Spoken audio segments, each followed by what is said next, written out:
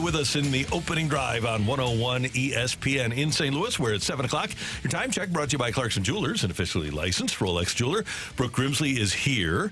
Super Bowl champ Kerry Davis is next door. He does a hit at Casey every morning, so he's talking to AD and Jen over there. But he'll be back. If you're watching on the YouTube, he'll be here in a minute. You'll see him bust right through the door and come in here. And he has his coffee ready to go, too. Yeah, he's a somewhat happy guy today because his Hazelwood Central Hawks won, but Steelers are not looking great. What's going on over there with the Steelers? I guess we'll talk to him about that later. Let's hold off on that. Yeah.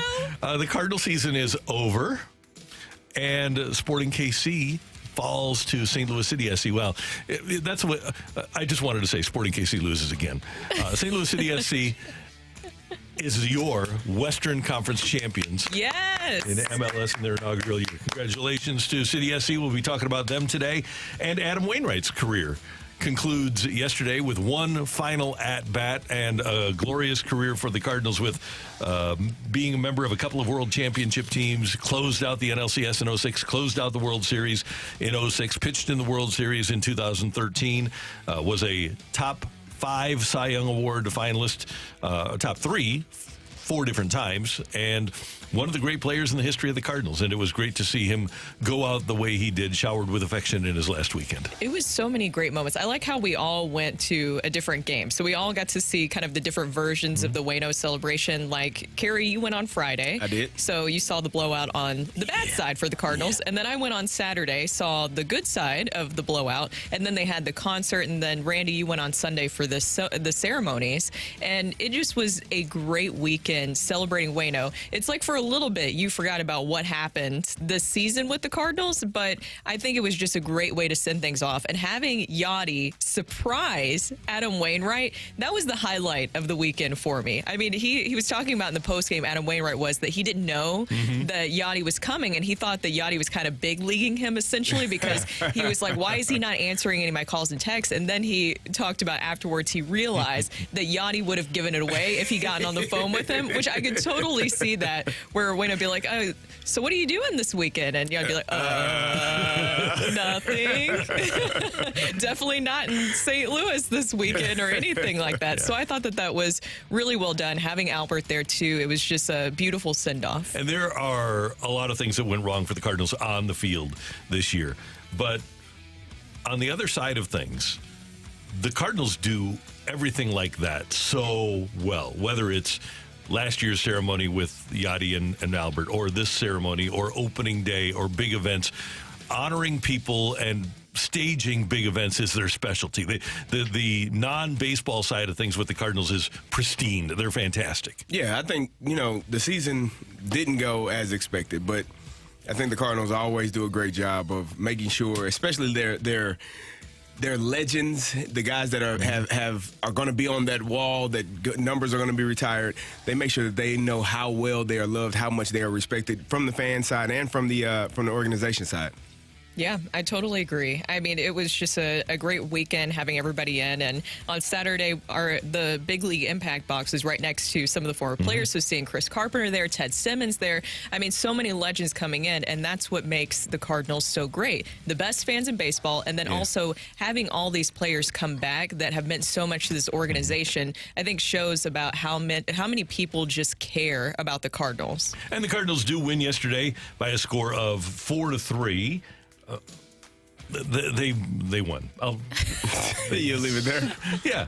So it was such an anticlimactic end to the season because the season was really over by the All-Star break. Yeah. And yesterday it just became official. And they've got a ton of work to do with the players that they have on hand and the players that hopefully show up.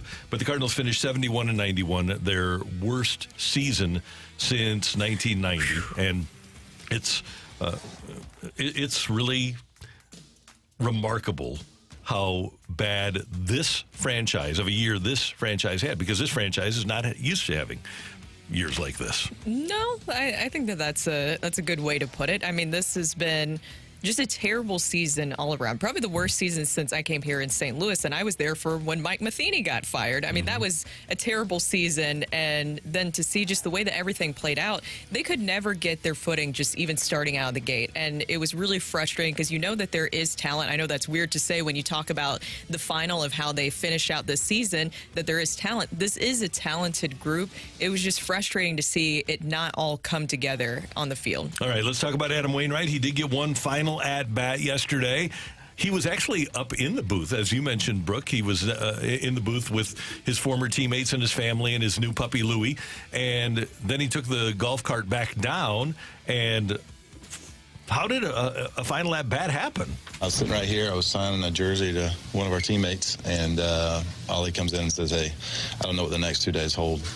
Let's do it right now, you know. So I said, like, you mean like right now? And he was like, yeah, right now. And I was like up to bat. So that was pretty neat. Yeah, that's probably one of the most fun feelings I've ever had. I mean, I wish we were winning the game, obviously, but that just brings back, you know, I miss doing that. I never thought I'd be able to do it again, so it was neat to do it. And that, of course, was from Friday night. Yesterday, he got to get to the plate again.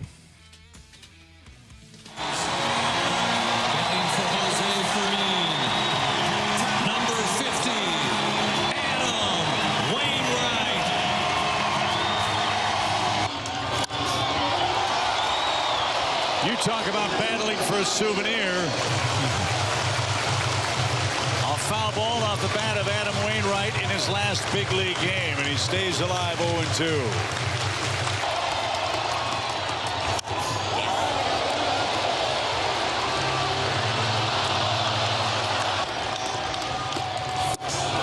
A swing and a miss. So you had the at-bat, you had the pregame ceremony, you had all of that time that you got to spend with your former teammates and your former manager, Tony La Russa, and Whitey Herzog was also up in the box. Quite an emotional roller coaster for Adam yesterday. I'm exhausted. I'm absolutely, completely drained in a good way. You know, it's just beyond anything I could have ever expected. You know, I mean, watching Yachty and Albert send off last year, I thought, man, they are so deserving of that. You know, I was so proud that they got to share that together. I would have never thought in a million years that I would get anything like that. I just, you know, taken aback, very honored, very, I feel just as blessed as I've ever felt in my whole life. So, yeah, I kept looking at Steven and I go, are you sick of me yet, man? I'm kind of sick of me right now. Like, but you know what? I'll remember these 3 days for the rest of my life. Pretty cool. Very cool. Good for him. It was. And once again, well done by the Cardinals on sending him off properly, having Albert and Yachty there. And also, too, the fact that he told the story, remember, about Big League Impact. $100,000 the Cardinals donated to the Honduras project and for safe water. So I thought that was really good. It was just such a great weekend, guys. But this season was terrible. But to have it end in that way, sending off Adam Wainwright, I mean, what an incredible and just memorable career that he's had here in St. Louis. And he represented the Birds on the bat, not just in the Cardinals in that way, but also off the field, everything that he's done with Big League Impact. Yeah, just a great man, great career. I'm sure he would have wished to be playing in October more than anything. I know the send-off was great, but I think the better send-off would have been winning a championship. I'm certain that he would say that, but unfortunately it didn't happen. This team was not good from the beginning. It just struggled throughout the season at different parts, different groups taking their turn and not being good at their particular position. And that's what happens. And so hopefully, you know, for 2024, there is some shakeup, there are some shifts, there are some things that happen on this lineup, in this lineup, and in this starting rotation, in the bullpen. It has to get better for 24. Okay, let's touch on SC. An impressive win over Sporting KC on Saturday night at City Park. A 0-0 draw until the 73rd minute when City SC exploded. Found, and he goes down, pushing the back by Nimby. It's going to be another set piece. Adeniran! It's a super header from Sam Adeniran! super header from Sam Adeniran. Very nice. Yeah. I told you guys called Friday. You called it Adeniran goal. Yeah. You did. That's 8 goals for him this season, Amazing. 10 for Klaus. Yeah, and, right? Yeah, a 1-0 lead in the 73rd minute.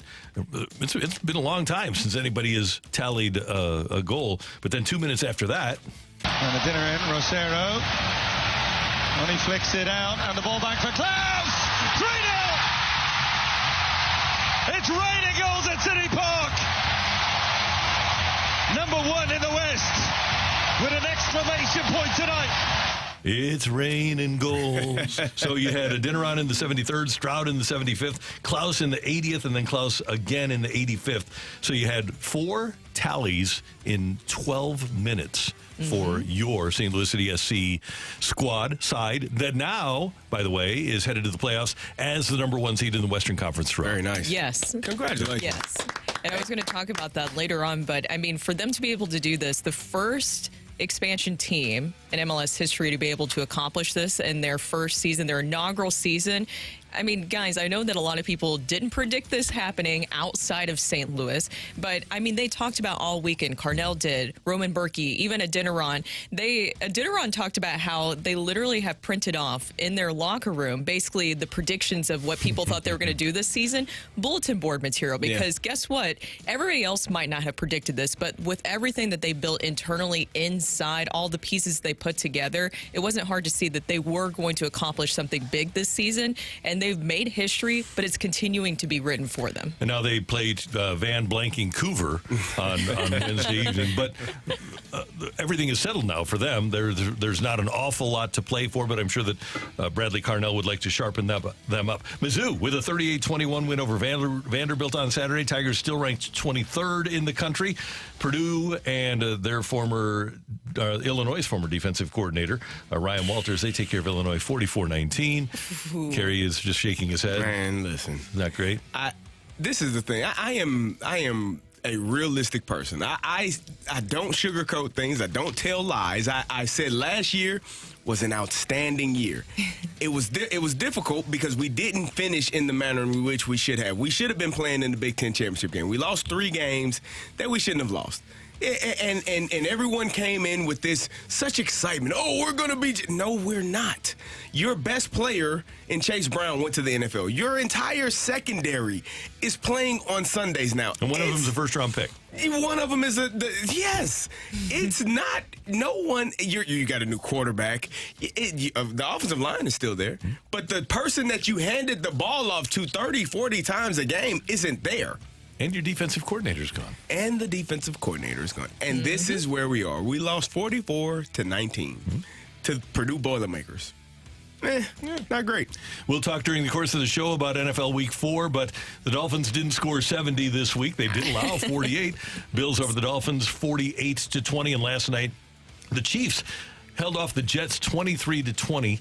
At the end of the game, I don't know if you saw this earlier this morning, but Patrick Mahomes went down, took a knee at the 2-yard line rather than scoring a touchdown that would have put the Chiefs ahead by 10. Chiefs were an 8-point favorite. Ooh. So a lot of money changed hands when Patrick Mahomes decided just to let the clock run and run it out. A lot of money changed hands. The thing is, we as players, I never paid attention. I had no clue what the line was, who was favored by how many points, what the over-under. I didn't care. Just wanted to win the game. And I'm sure Patrick Mahomes was like, hey, get down, take a knee, slide, in the game, win the game. And the Bears are a disaster, and even though they won, disaster bowl, the Chargers over the Raiders. I called it the toilet bowl. It was bad. The Bears and the Broncos. Flushed that one. I think which was worse? I think the Broncos at least have a chance to get better because they were down 28-7 to the worst team in the league. But at least they have a coach that's won a Super Bowl that has a clue. The defense, I don't know what happened from last year to this year. That's a great question because what in the world did change? You traded Bradley Chubb. They got a lot of the same pieces though. Yeah, they stink. Yeah, they're bad, but at least they have a chance. The Bears are Matt Eberflus. I'm not going to say he's going to pop up out of nowhere because it's stupid for me to say I could do a better job. Kerry, you would be so much better than Matt Eberflus. It's tough to watch, to have a 28-7 lead, to lose that game in the manner in which the Bears did. I don't know. Justin Fields played pretty well. So I don't know where you go or what the problem is with that team. They stink. Well, and that's the now best way to put it. Chase Claypool is told to stay home. Matt Eberflus says no, it was a game time decision. It was his choice. The PR staff says he was told to stay home. Just tell the truth. That's pretty simple. Tell the truth. Right? He's not.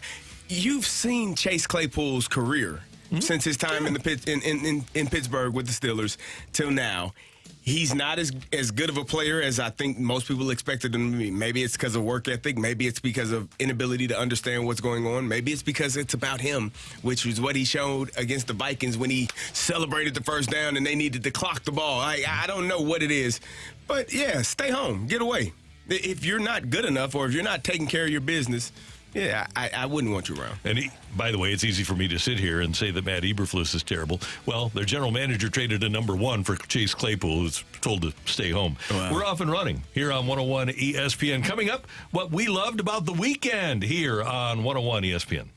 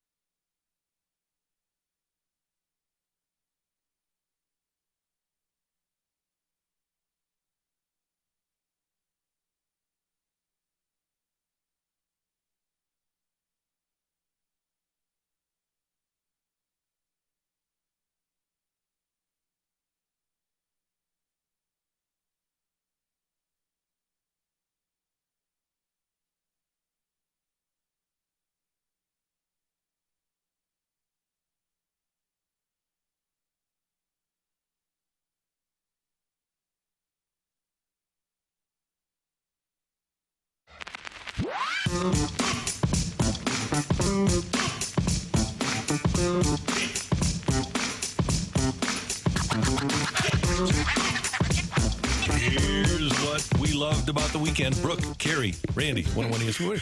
What are you laughing I don't know why. I thought you were going to say, here's Johnny. It did kind of sound like that, yeah. I was like, what? Hey, Johnny Carson? Back in the 80s, oh, okay.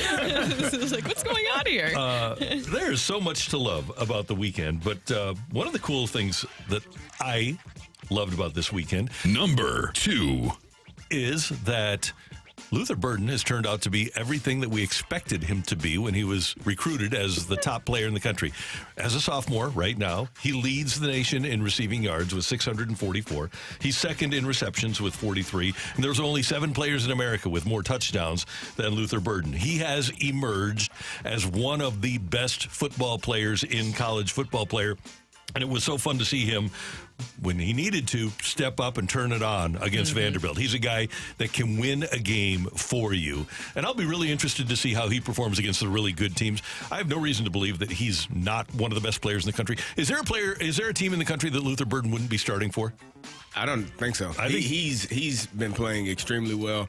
Cleaned up some of the things that I thought were hindering him last year, just not, being quite as effective in his route running. That's what a younger player, you coming out of high school, you don't have all of the development, all of the skills that are needed to get open and make plays at the collegiate level. I think he's done a great job. They're doing a better job putting him in the slot, moving him around, targeting him. He's getting a lot of targets, so you're going to get a lot of catches. I think he's doing great, though. And we all we knew coming into his collegiate career, when he gets the ball in his hands, how explosive he is. He's still showing that explosiveness. It's really fun to watch. He's pretty darn cool. It's fun to have him on our side. Yes. I mean, Luther Burden is a incredible talent. Just seeing him when he was at East St. Louis, you always see those players at high school games, and it's like, okay, this person's going to be able to play. Oh my God, he was so different at that level. And East St. Louis always has a very, very talented team. Sunk it the way that he has built things over there with that program. They're always really good. And so for Luther to stand out in that way, I think says a lot. But then you wonder how that's going to transfer into college. But the way that he's grown into his own this season, when there was a lot of concerns about what this offense would look like without Dominic Lovett, I mean, no worries about that whatsoever anymore. My number 2 thing, guys, is going to be number 2. That was my best impression. Number 2. Number 2 is going to be City SC. So we were talking about this earlier, but just the fact that they were able to win against Sporting KC this weekend, they were able to win the match 4-1 in a very dominant fashion. But then with LAFC falling to Real Salt Lake this past weekend, that is what clinched City SC the Western Conference crown, as well as home field advantage for throughout the playoffs. They're the first expansion club to earn the number 1 seed in their conference in their inaugural season ever. I was telling you guys that they keep making history in their inaugural season, but it's not done being written just yet. They're continuing to surprise people. I loved, and I talked to you guys about what Samuel Dineron said earlier in his post-game comments about they literally have printed off in the locker room what the predictions were for them this season and where they would finish, and it was like 14th. It was 15th. People even had predictions of, how many wins that they would get, and they have surpassed all of those expectations. And I had a little bit of FOMO this weekend, and I'm going to be honest with you guys. I'm going to be really honest here. If it wasn't Wayno's final weekend, I would have gone over to the City SC game because I kept checking in because it was a blowout on Saturday. So I kept checking in to see what was going on over at the City SC game and just seeing how electric the atmosphere was, seeing just how amped up all the fans were. And somebody already sent this in where you had did you guys see this? The "You're not in Kansas anymore." I love that. And just the excitement that has been built around this inaugural club. I mean, hats off to everybody involved. The ownership group with Carolyn Kendall and Kavanaugh and all of them, and then Lutz, everything that he has built, the vision just being able to come to life here. Bradley Carnell, I mean, I want to run through a brick wall for him. Every time that we talk to him, you can understand how he's able to elevate these men into what they are able to accomplish this season. I'm so proud of City SC and everything they're doing and the fans, and it's just been such an exciting season. I think it'd hurt if you tried to run through a brick wall. Probably. But Carnell would give me the confidence to do so. Walk on fire. How about that? I don't know. I had a coach in a meeting run into a wall. He was trying to show us how. It didn't go well, huh? No, he was crazy. I was like, oh, yeah, okay. My number 2, as much as it pains me to say this, C.J. Stroud is really good. He's really good. He's really good at football. He and the Houston Texans beat up on the Pittsburgh Steelers over the weekend, 30-6, and he had another good game, 300-plus yards, 308 yards, 2 touchdowns. He is 4th in the league right now in passing yards. as a rookie, a guy that we talked about, Will Levis, a lot. We talked about Bryce Young a lot. People were kind of, C.J. Stroud, okay, yeah. But Bryce Young was the one that everyone, I think, thought would be where he is right now. C.J. Stroud is playing at a high level, an elite level, and he has 0 interceptions. The most important part of that stat for me is the 0 interceptions. 4th in passing, 6 touchdown passes, winning games, beating the Jacksonville Jaguars last year, beating the Pittsburgh Steelers at home last week, beating the Pittsburgh Steelers at home yesterday. It's been really fun to watch this young man, and hats off to DeMeco Ryans because he has that team playing extremely well. That was my biggest surprise, biggest shock of the weekend because I did not expect the Pittsburgh Steelers to look that bad, but he looked really good. I thought he would be under duress, and he wasn't. He looks really good. Just real quick, does that also kind of throw back? Remember the whole to-do about the cognition test with C.J. Stroud? What does that look like now in this conversation? Nobody. Does it tell me when a linebacker's blitzing, I know where to throw the ball? That's what I want to know. Number 1. All right, I've got co-number ones. As you guys know, we determined this with Greg Ramsinger. Part of my job during the course of the offseason is to provide good nicknames for the Cardinals. And I have my first. No, wait. Can we point of parliamentary procedure? Yes.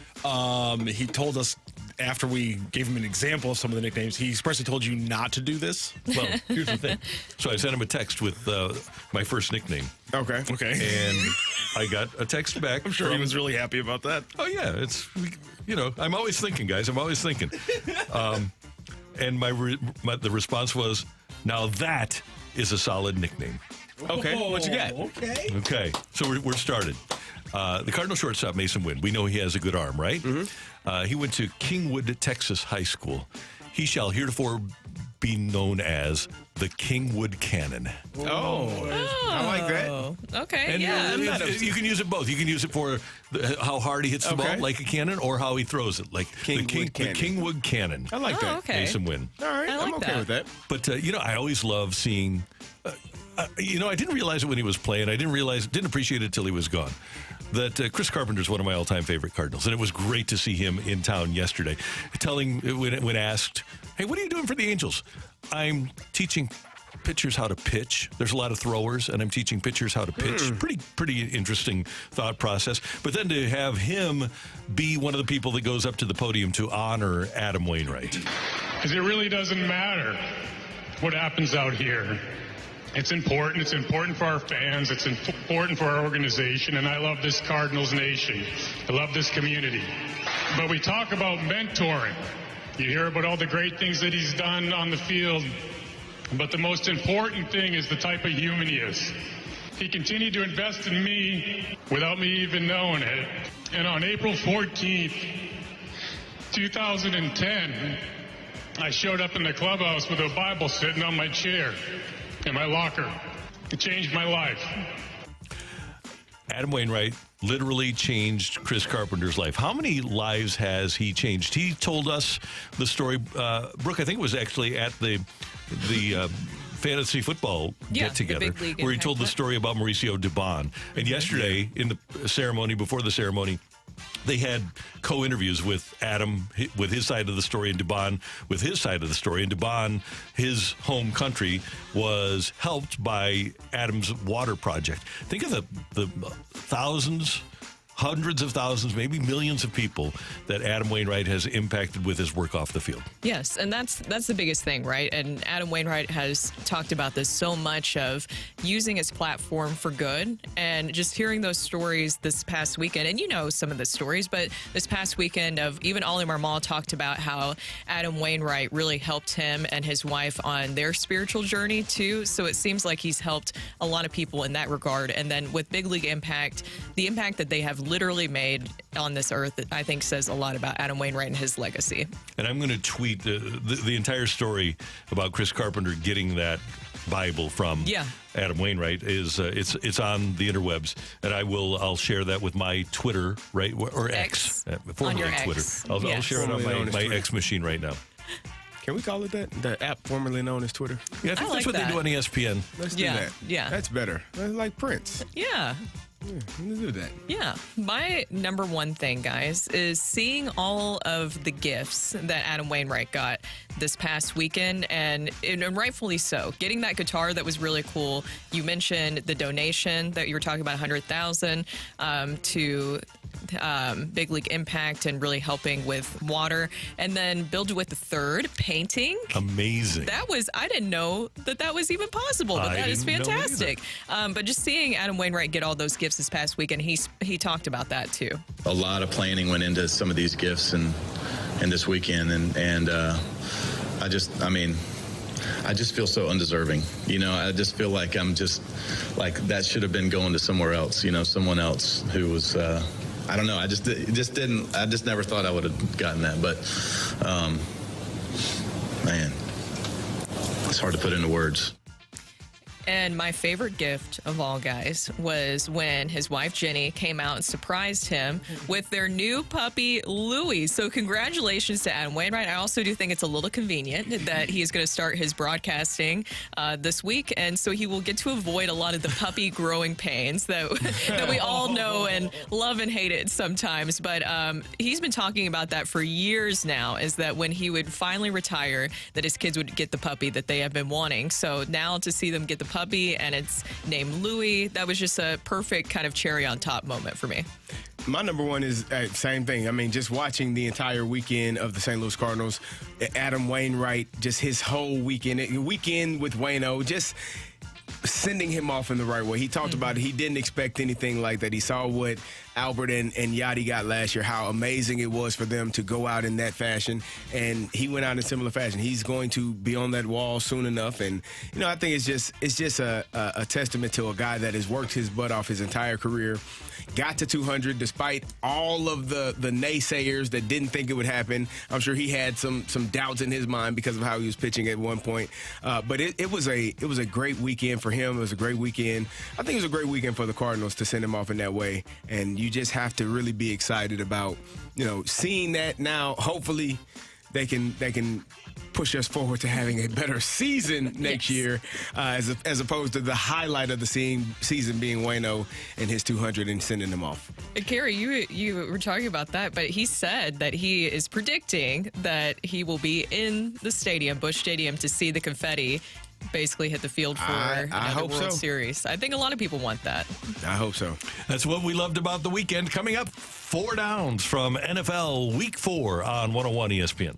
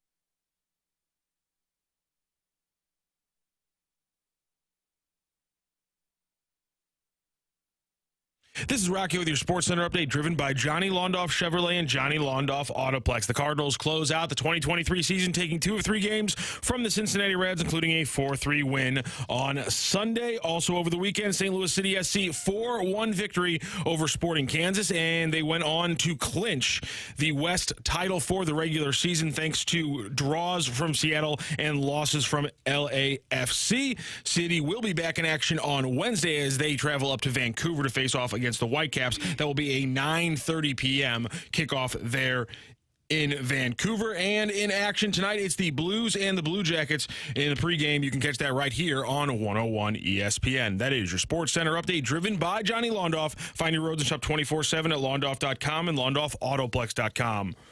Are you kidding me?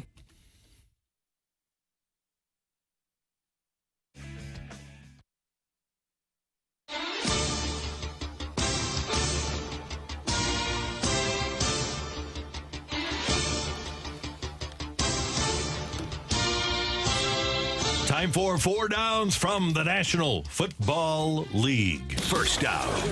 Guys, last night, Patrick Mahomes became the fastest quarterback in NFL history to 200 touchdown passes with 84 games. Last week, he became the fastest to 25,000 yards. He did it in 83 games. His history in his first 6 years, his record in his first 6 years in the NFL is better than anybody else's. I think we can safely say that Patrick Mahomes is the best quarterback in the history of the National Football League. Can we say it now? Yep. I still want to hold off. I think he eventually will be. I mean, but when I think of, for me, I know some people say Tom Brady is the GOAT. Peyton Manning, for me, is the GOAT. Yes. He, you know, they only won one when he was in Indianapolis, won one in Denver. But when he was in Indianapolis, the way he ran offense was a thing of beauty. But look at the way Mahomes does it. And that's why, and his numbers, and granted, the league has changed even since Peyton Manning came into the league, right? 1998 to 2020, 2018, they're different, a lot different. But man, he finds a way to win a game. He plays smart, and he makes plays. And I'm a huge Peyton Manning fan, too. As a matter of fact, I think if Manning would have been with New England, he would have done what Brady did. Yeah. But the ability to evade pressure, the ability to make off-platform throws, the ability to get the ball into the hands of people that weren't that good before, to elevate those around him are all traits that the great ones have. And yes, Peyton elevated players around him as well as anybody ever has.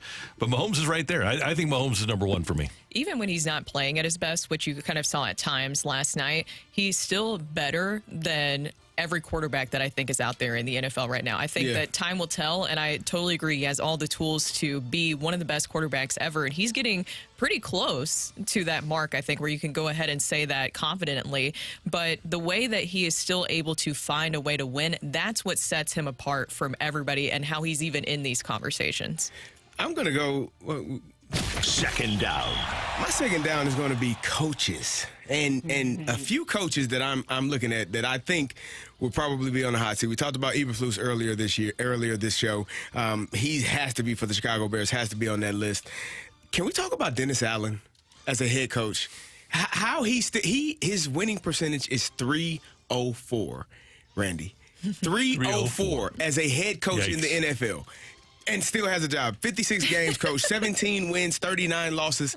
Still a head coach. That, to me, is absurd. Josh McDaniels, his winning percentage is .375. And still, at some point, we got to be honest about what we're watching and what we're seeing from these teams. And put Brandon Staley on that list. His winning percentage is a little bit higher, but the decisions that he makes going forward over and over and over again are eventually going to catch up to him as a head coach.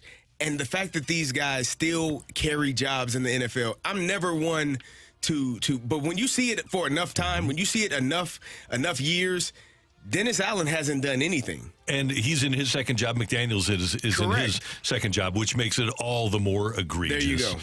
I agree with you 100%. And by the way, your guy, I say facetious, Brandon Staley, he went for it 4th and 1 with 2:52 left on his own 35-yard line yesterday. The only reason that they didn't have that game go into overtime, the Raiders and the Chargers, is because their rookie quarterback threw an interception at the goal line. The Raiders rookie quarterback threw an interception at the goal line. That game was headed to overtime only because of the stupidity of Brandon Staley. He continues to make strange, mind-boggling decisions, allowing it to happen. It has worked for him.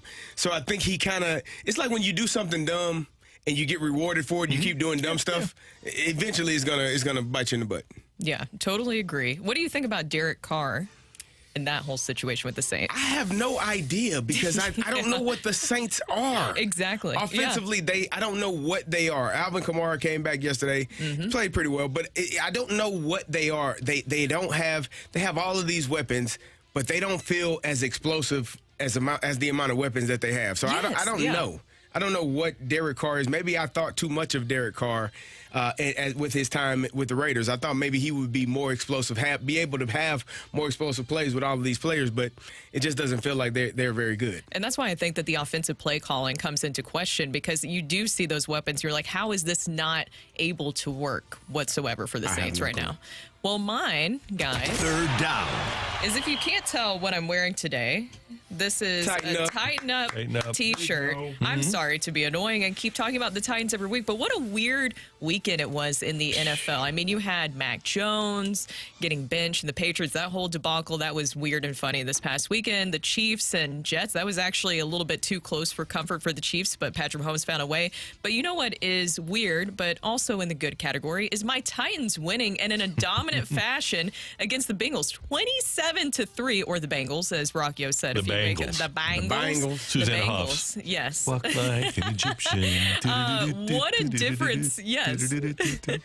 What a difference a week makes for the Titans. And I don't know exactly how to feel, because it's definitely an up and down season thus far for the Titans. But pass protection, guys. I think that might be a big key for the Titans moving forward, for Tannehill, possibly. That Just run the ball. Yeah, there you go. Run the ball. Hand and the ball that to Derrick Henry. Let Derrick Henry throw touchdowns at the goal line. Like, give him the ball. Let Malik Willis play. What about Will Levis?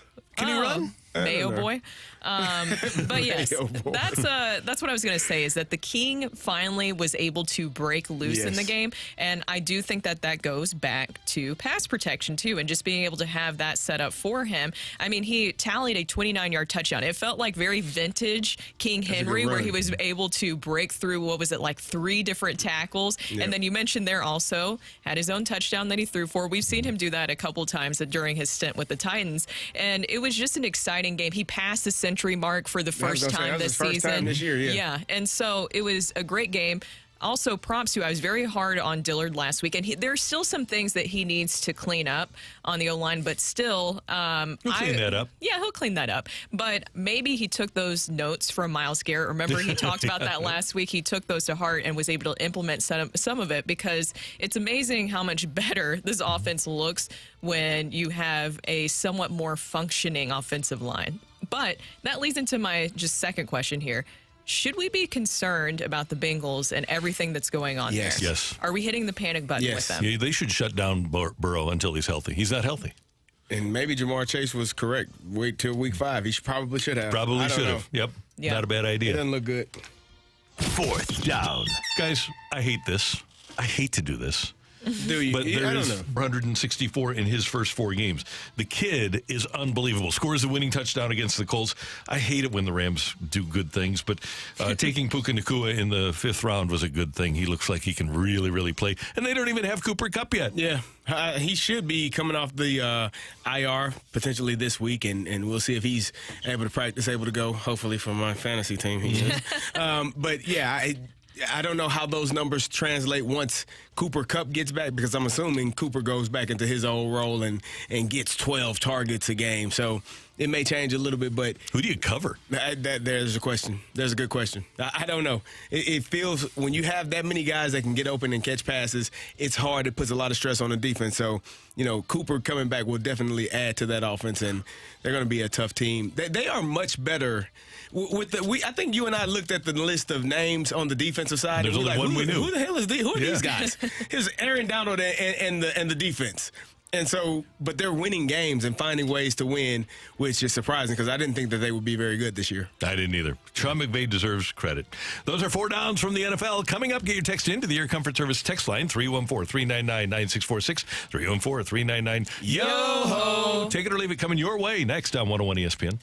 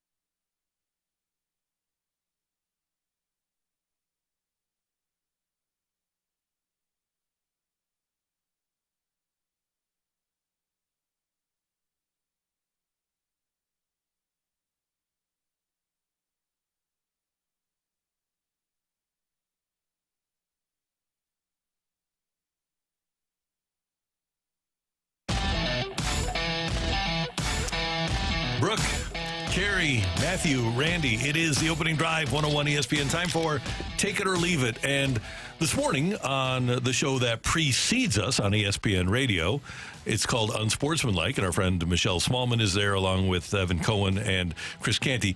Evan Cohen was talking about what a spectacular drafter Bill Belichick is because he didn't do a particularly great job in drafting Mac Jones at quarterback, but he was talking about how he misses on the number ones, but he's just fantastic with 2 through 7. Let me give you a couple of names that have been drafted by Bill Belichick since taking Tom Brady in 2000, okay? All right. Let's see. 2002, 4th round, Rohan Davey. 2003, 6th round, Cliff Kingsbury. 2005, 7th round, Matt Castle. 2008, 3rd round, Kevin O'Connell. 2010, 7th round, Zach Robinson. 2011, 3rd round, Ryan Mallett. 2014, 2nd round, Jimmy Garoppolo. 2016, 3rd round, Jacoby Brissett. 2018, 7th round, Danny Etling. 2019, 4th round, Jarrett Stidham. 2021, 1st round, Mac Jones. You also had 2022, 4th round, Bailey Zappi. So take it or leave it. Bill Belichick really does know the quarterback position. Well, a couple of those guys are coaches, were coaches. Okay, Cliff good. Kingsbury good. Yeah. and Kevin That's what you O'Connell. want when you draft a guy. Yeah. That's what you want. Bailey Zappi is their new starting quarterback, so he's got that going for Well, him. what happened to Mac Jones? I don't know. I don't think he's going to play anymore. He got benched. There's another name on that list. A few guys. Rohan Davey was really good in LSU. I missed that. He was really good. At LSU. He was really okay, good. I missed the. He beat us. Missed the NFL point. Yeah. Let's see. 1, 2, 3, 4, They 5, beat the hell 6. out of us. Let's look at it this way: 1, 2, 3, 4, 5, 6, 7, 8, 9, 10, 11, 12. A dozen. Does Jimmy G have a Pro Bowl? I'll give Jimmy G the Pro Bowl. So out of a dozen quarterbacks drafted, you might have one Pro Bowl appearance? I don't know if Jimmy G does. He might have one. Yeah, maybe the Super Bowl year. Yeah. He was pretty good. Here's the thing. Matt Castle had one really good year. Okay, maybe 2. But certainly he might have been a Pro Bowler not good that enough year. to stick around. No. So my point is this, and I'm going to take this too. Bill Belichick has not been spectacular drafting rounds 2 through 7. You got Rob Gronkowski, you got Chandler Jones, you got a couple of guys, but there's a lot of teams that have been a lot better than him. You don't want to do your overrated chant? Overrated. CD, you don't want to clap for that? Okay, here's the thing. No, did I enjoy yesterday? No. Did I want both teams to lose? Yes. But if Bill can get swamped by somebody, that's good, because the Cowboys will get theirs next week. Yeah. Matt Castle does have a Pro Bowl. Jimmy G does not. Okay, good. There you go. So it's not. This is just not a very impressive list. Nah, not really good. Not good. So Khalil Mack had 6 sacks yesterday. 6 by himself. Woo. The Chargers were playing the Raiders. We were just talking about the Raiders head coach and Josh McDaniels and how poor they are. Take it or leave it. After the 3rd sack, maybe you want to give them some help. They give the tackle some help. Hey, 3 sacks is more than enough for a day. I would say so. After the 3rd one, maybe we go on 2. Maybe we set a tight end right next to that tackle. Maybe we set a tight end next to the tackle, and we have a back on that side to chip him on his way out. Maybe you just don't run the tight end out and you just double team him all day. Maybe you just go to the top and don't trade him in the first place. Let's start that. We didn't think they're there. That matters.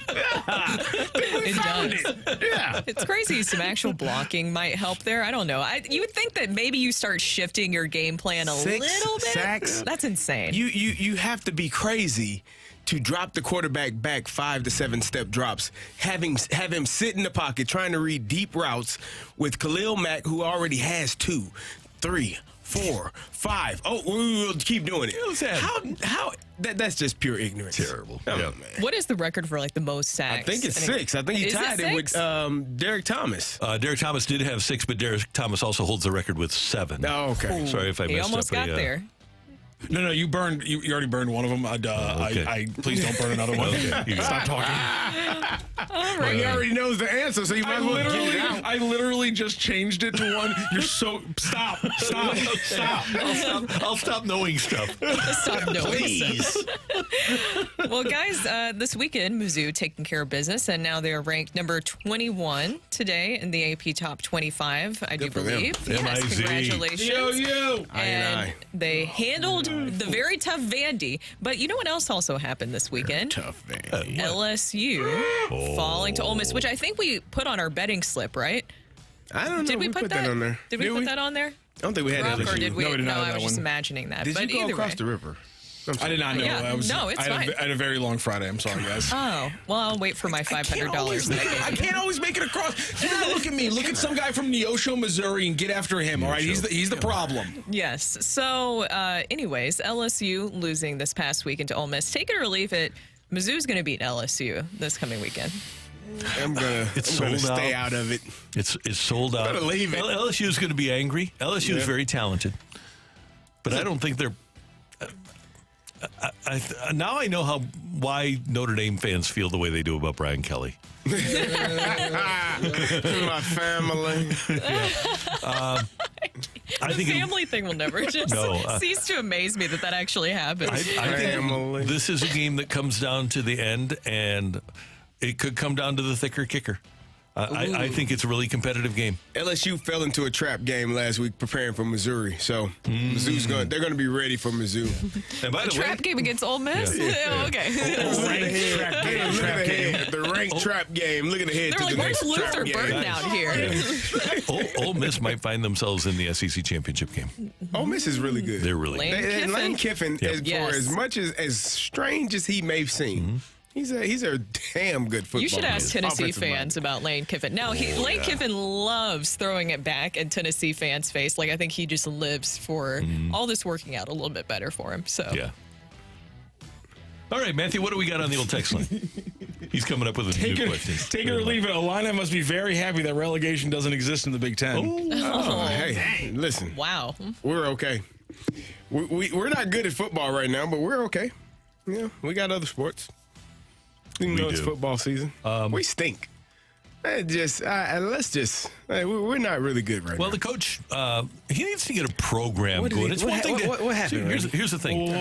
You lost a lot of players. Yeah. And Coach Vermeil always brought this to my attention because I'd never heard it in the NFL. It's one thing to have a team, but you have to have a program. Yeah. And you have to be able to replace Chase Brown. You have to be able to replace Witherspoon. You have to have a coach that you can bring up from within to be your defensive coordinator. You have a program so that every single aspect of your program has replaceable pieces. That's why the Rams under Vermeil were able to sustain things even for a few years after he left. I don't think Bielema has a program yet, and the transfer portal hurts when you're trying to build a program, but what you have to do is when Chase Brown leaves, you have to have a guy to replace him. Hopefully, both Mizzou and Illinois are able to get programs going. I think Mizzou is closer than the Illini are. I mean, when you see the success that Luther Burden is having right now, that would leave a young man that plays at a school at SLU in high school, a really good wide receiver, Ryan Wingman. By the way, he didn't take his trip to Colorado over the weekend. There you go.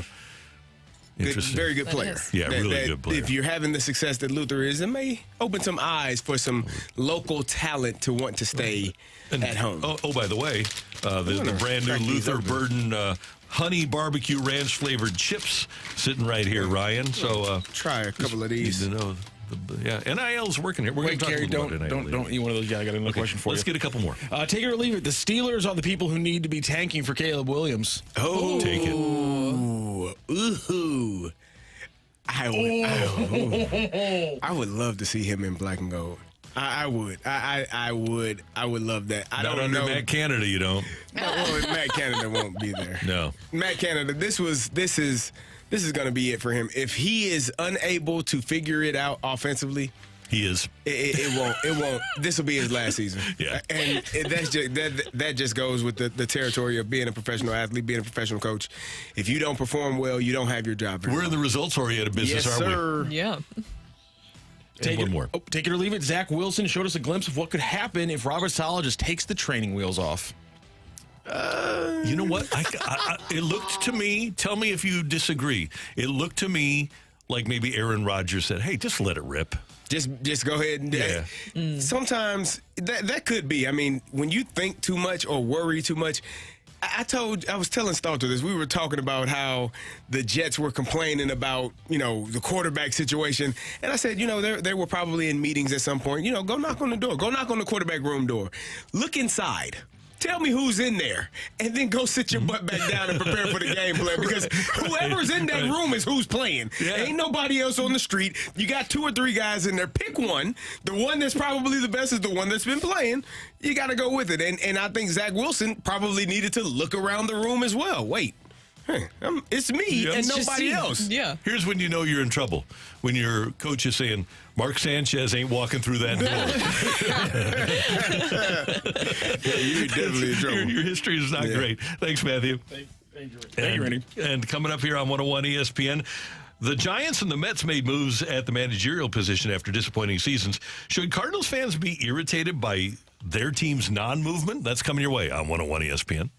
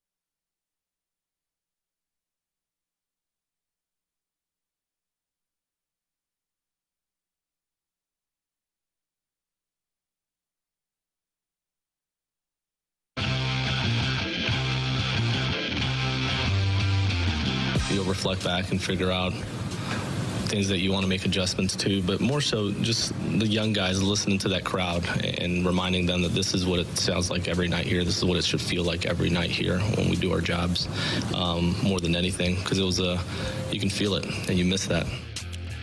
That's the Cardinal skipper, Ollie Marmol, after the season yesterday, 71-91 campaign.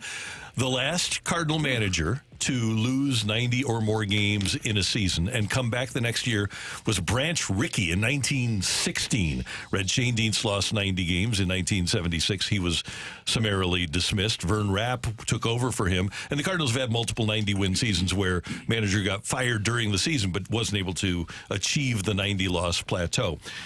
The New York Mets had a summarily horrible season. They went 74-87. They had a $350 million payroll. It didn't work out. They let Buck Showalter go. Buck Showalter was manager of the year last year in the National League. He's a good manager. And the Giants, a couple of years after winning 107 games under Gabe Kapler, decided to let him go. I think there are, at least from my perspective, completely different scenarios here. Buck Showalter was allowed to manage in New York. It was his show. And I know they brought in Billy Epler, but Billy Epler's not going in and telling Buck Showalter what to do. Same thing with Kapler. Farhan Zaidi, who is of the Andrew Friedman tree, he let Kapler manage, and Kapler changed a lot. Remember when he was with Philadelphia, he was strictly by the numbers. I mean, strictly. It was awful how bad he was because he stuck to the numbers. He changed. He did a 180 with the Giants, and that wasn't a very talented team. I thought for them to be close to 500 was actually a pretty solid move on his part. They finished 79-83, but apparently there were some underlying issues there. That team, according to Farhan Zaidi, was not serious enough as they crumbled down the stretch. I can't compare those situations to the Cardinals, and here's why. Because I don't, and this is only my observation. I don't know if it's completely accurate, but I don't think that Ollie has enough juice in the organization. I don't think that, to me, this goes back to Bill Parcells. If you're going to expect me to cook the dinner, at least let me pick some of the groceries. Mm-hmm. And if the Cardinals are going to be telling, and Greg has brought this up, right? Ollie's done everything, Greg Amsinger, Ollie's done everything they've asked him to do. Mm-hmm. He's just carrying out their plan. So the only way I would make a change with the Cardinals, and I've said this a million times, is you have to bring in a veteran guy that's done it before. Joe Madden is the one guy that's out there that has the ability to oversee an organization, set a template and a plan for the organization, and then execute it. He was able to do that, not as much with the Cubs, but he did it with Tampa Bay. That's if you wanted Ollie Marmol to be fired, then the only way that it makes sense is if the next guy has a lot more power in the organization.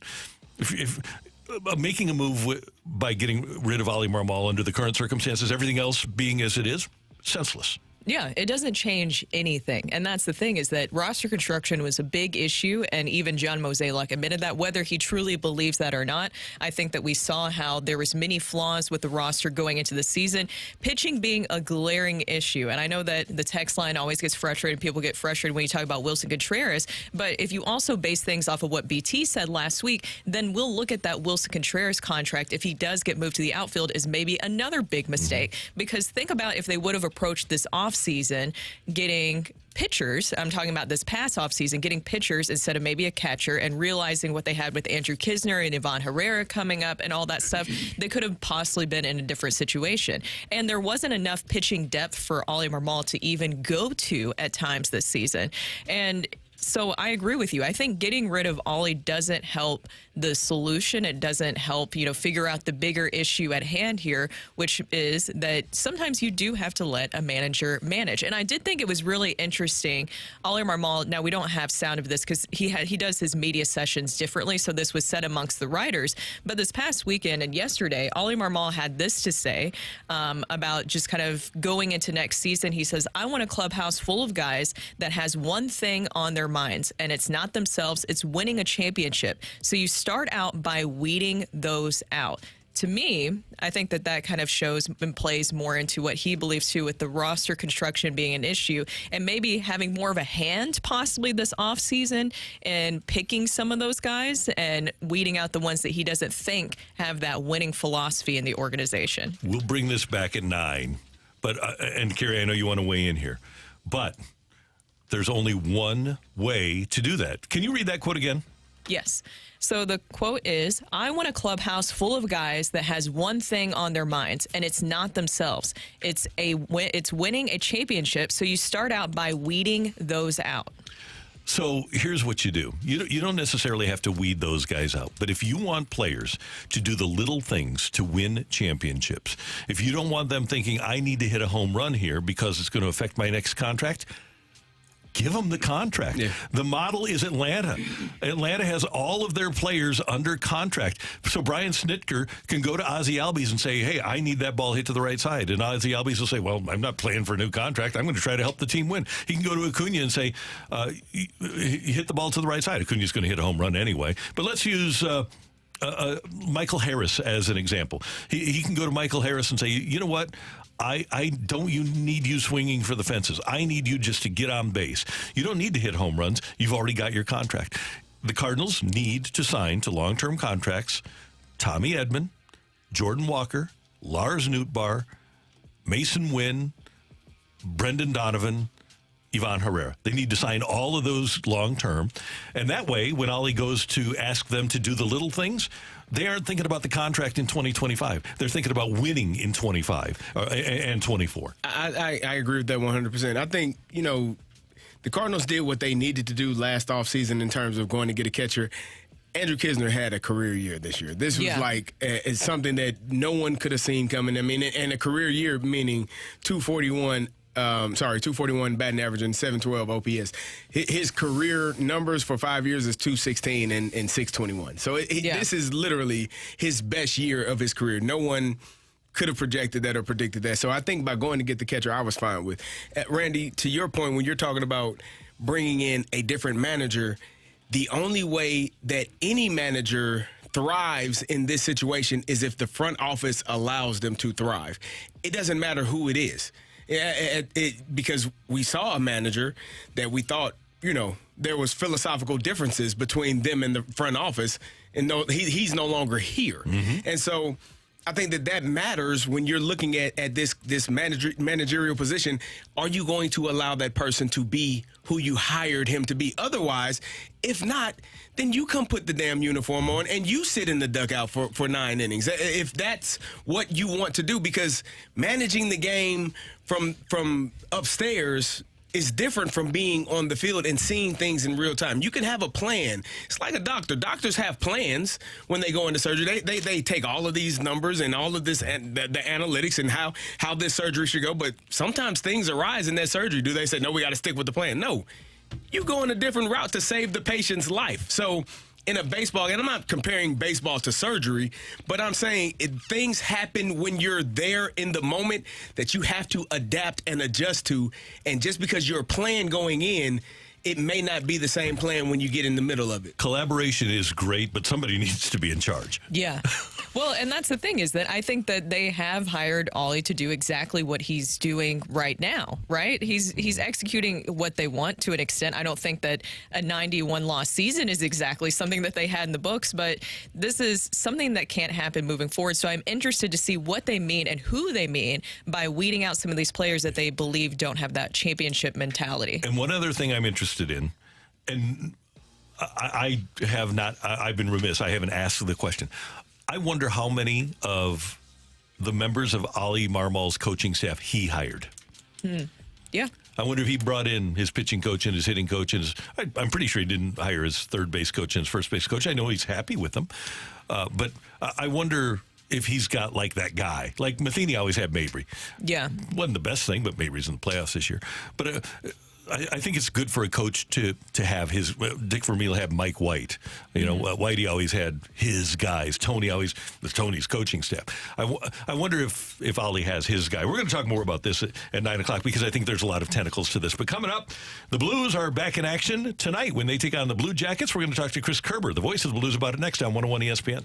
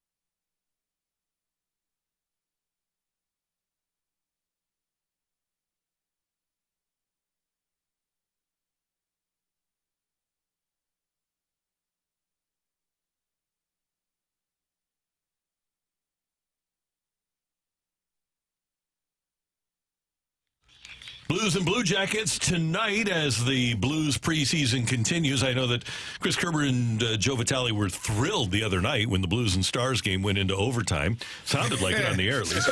Good morning. How you doing? No, I was not. If ever you wanted a penalty shot to be converted, that was the time, right? That was, you know what, if you ever needed a penalty shot to go in with 7.6 seconds left in the game, yep, that was definitely one of those moments. I'm not sure the Dallas Stars wanted that penalty shot to be saved. I don't think so. So I need to, and this is something that we'll do every Monday during training camp and early in the season, but what are your impressions of what you've seen so far? You know what, to be honest with you, I'm not sure anything is really jumping off the page at me in training camp. And that is okay. That's not a negative. It's just when you look at the young players that you need to look at, and I expect Bolduc and Dean to play again tonight and get at least one more game in. But you're dealing with two 20-year-old kids, for example. And, and I thought they played a pretty solid game. I was talking to a couple of people on the management side, and every game that Dean has played, he seems to have shown just another level of his hockey IQ. Now, I don't know that it's ready for the NHL yet, and some seasoning in Springfield would make a whole lot of sense, especially if he's playing center. Right now, I just don't see him playing in a spot where he would be out-dueling a Sundqvist, a Hayes, a Shen, or a Thomas, right? So you're getting what you're expecting from some of these guys, but you're also seeing the youthful part that you expect to see. You had Ritchie that came in and just didn't get it done, didn't earn a spot, so they released him from his PTO. That has to make some other guys breathe easier. But now, look, this last week and a half, these last 3 games to me is not so much about the top 6 as it's going to be about the bottom 6 forwards, and that's going to be the real battle, I think, left in camp. Yeah, I totally agree. I think the biggest thing that I had noticed from the preseason game this past weekend is that kind of chemistry. It seemed like everybody was talking about that chemistry with Bolduc and with Dean. How do you think that they do figure into things, or do they figure into things this season? I think they're going to figure out exactly just what was expected. You got two 20-year-olds that probably and most likely will end up in Springfield, barring any injury or something unforeseen here in the next 2 weeks. And then they'll go down there and they'll figure it out. I think you still got to learn the pace of look, it's an interesting thing when we talk about young players coming into, I don't care what sport it is, the big league level. Because in this case, you're talking about 20-year-olds, playing with guys that are 10 years older than them, guys that have experience in the diet side of things, the weight room, every aspect of it. It is a big jump, and it's not just a jump of can you make plays on the ice. And we haven't really seen much of a lineup from just about any team we've played yet. So it's not like these guys have gone up against outside of some in the camp, an NHL heavy lineup in the opposition. So I listen, Brooke, I'm not saying that these guys have had a bad camp in any way. I think they've come in, they're playing hard, they're getting the opportunity, they're putting the work in, and you're seeing exactly where they sit and then where they need to get to from there, maybe with some seasoning in the American Hockey League, and that is perfectly fine and actually probably preferred. Curbs, any concern about anything you're seeing right now? The Blues are giving up a lot more shots on goal than they're getting. Does that concern you at any rate? Yeah, I think having not talked to Craig Berube about this just yet, to me, the shots on goal aspect of training camp in terms of the games is a concern right now. Now, I caution it because, like I said, I mean, we just haven't seen a regular lineup on either side of it. And to be honest with you, I don't know if they're working on some other aspects of the game, saying don't worry about shots on goal at the moment, right? Mm-hmm. And I'm pretty sure the coaches haven't said, okay, don't worry about this, but they might say, I want to see this kind of thing happen and this kind of thing happen, and then they build it back into their game. And it's a pretty decent lineup that's going tonight to Columbus, so we'll see how that one, actually really good lineup, we'll see how that plays out. And then we'll see where that goes. But, yeah, I think right now the lack of shots on goal, and it trended. Things really started to trend that way over the last year or two anyway. So the lack of shots on goal is I say small concern because I just want to see what happens when you actually put NHL players and enough of them on the ice. Kerb's Torrey Krug plays tonight. We would presume that he'll be ready for opening night on October 12th in Dallas. Does it make sense for the Blues to have both Krug and Perunovic as part of their defense group? Not that plays at the same time, but to have both here. Well, it could, and Scotty Perunovic still just has to be kind of given a shot to see if one of you could stay healthy, and two, how he plays at this level. And I think the Blues want to figure out what they have with him. So, my sense is that there's a much bigger chance now that you keep 2 extra defensemen and 1 forward, so 13 forwards and 8 defensemen. But even then, Randy, I mean, it means somebody may end up getting put on waivers on the defensive side and clearly on the forward side. I mean, there are jobs up for grabs here. So, I'd expect Perunovic to play with Bortuzzo tonight, and we'll see how things go with him. They're playing him a lot. I mean, it's his 4th game already, and the Blues 6th. So they want to see what Perunovic can do and what they really have before they make a decision. It goes beyond this year. So I get back to, does it make sense? Yeah, there is a way that it does make sense, but I don't know that one way or another is a massive game changer for where this team is at and how they play, because you clearly have had Justin Falk that showed he can play on the power play.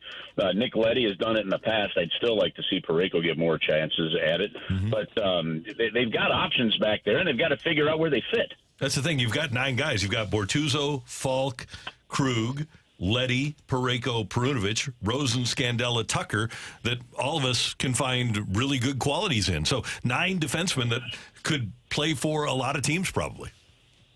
And all of them, I believe, I got to double check this, but all of them, I believe, would have to clear waivers if you were going to send somebody down. Yeah. So that, and I don't see any one of them clearing, right? Now, look, Larry Plow used to say all the time, Randy, about, asset management and stuff. So can you keep an extra defenseman if you send a forward down that didn't have to clear? Wherever that may shake out. Or, more importantly, we could have 2 guys go down to injury tonight, right? And all of a sudden this is not an issue. So these are all things that play into it. But, yeah, there are clearly some roster decisions that are going to be made here in the final 10 days. Kerbs, also I wanted to ask you about Joel Hofer. Obviously is going to be the backup for Jordan Binnington, but it seems like there also might just be some competition there, too, amongst the goaltenders. Well, yeah. And the way I look at it, Jordan Binnington is your starting goaltender. He played 61 games last year, had a 500 record, and I frankly think that 500 record is pretty good considering the way the team played in front of him. What we do know, Brooke, is that they definitely don't want Binnington to play 60 or more games. They would like to balance that out a little bit, just from a fatigue and a grind factor. And this schedule can be quite a grind, even in a non-Olympic, non-special event kind of year. So, to me, if they get closer to 50 to 52, 55 games for Binnington and the rest go to Hofer, they need Hofer to be playing like a number 1 goalie in those games. And when you really do the math, you're talking about needing in that 25 to 30 points range when you do that kind of split from your backup goaltender is what you need earned if you're going to make the playoffs. I think they've got a goaltender that can do it. And if that does happen, well, yeah, that does push, because if Joel Hofer is playing really well and Jordan struggles a bit at stretch and they decide to put, Joel in for 4 or 5 straight games, yeah, that competition could be there. And I think it can be a healthy competition, not a controversy competition, but a healthy competition. And that's what Doug Armstrong seems to like up and down his lineup, is that kind of internal competition to keep people focused. Kerbs, what has Jordan Binnington's mindset been like going into training camp and going into this season? We've talked about every other position. I thought he played extremely well last year, but gave up more goals than I think he would have preferred. What has he been like this preseason? Man, he's been great. Talked to him a couple of times. He's been His play has been really good. His attitude is just what you would expect it to be. I realize I'm unapologetically a Bennington honk here because I like his attitude. I like his compete. He's the most competitive goaltender I think we've had, since I started doing Blues games, just in terms of how he goes. And look, and I know things get fired up. I know people talk about the antics all the time. Well, if other guys on the team would help out with some of that stuff, maybe he could, put that in the bank a little bit. But I just still think if I got a game that I've got to win, and it's because I saw it in 2019, if there's a game that I need a win in, I know he's keeping our team in the game. And, we didn't get blown out a whole lot last year because of poor goaltending. Look at the backdoor tapping. Look at the things that happen. You guys heard us talk about it all season long ad nauseum. If this team is decent in front of Jordan Bennington, you guys are going to see a really good year. And at some point in time, he's going to be, he's only, 32 wins, 33 wins away from, the all-time win total for the St. Louis Blues, which actually, if you think about that one, this one's right up Randy's alley here. It's hard to imagine that the all-time win record for the St. Louis Blues goaltender is 152 in Mike Liut. It is amazing. You'd think it'd be more. That is really amazing. You would think it'd be. You would think you'd have had a goaltender that was here long enough to get to 200, something like that. But it's like 100. I think it's 152 for Mike Liut. Jake Allen missed him by one. And so here's another crazy one. When I was looking up some stuff on Jordan Bennington the other day, Randy? I'm getting you warmed up for the fight. You ready for this? I'm ready. Okay. Who's the Blues' all-time leader in goals against average? Oh, man. Brian Elliott? Yeah. Okay, you're done. You're ready for the fight. Curbs, have fun tonight, and good luck to your Giants against the Seahawks. Wait, that's football, right? Yeah, okay. Gotcha. All right, guys. See you a little later. See you soon. Take care. Yeah. That is Chris Kerber with us on 101 ESPN. I hope he didn't mess up another fight question. No. Oh, good. Okay. I hope you did. Do you need a fighter, Matthew? Yes, we do. We would like to have a fighter text in to the Air Comfort Service text line, 314-399-9646, 314-399-YO-HO. Text in to that line, your name and the word fight, and perhaps Matthew will choose you as our fighter next on 101 ESPN.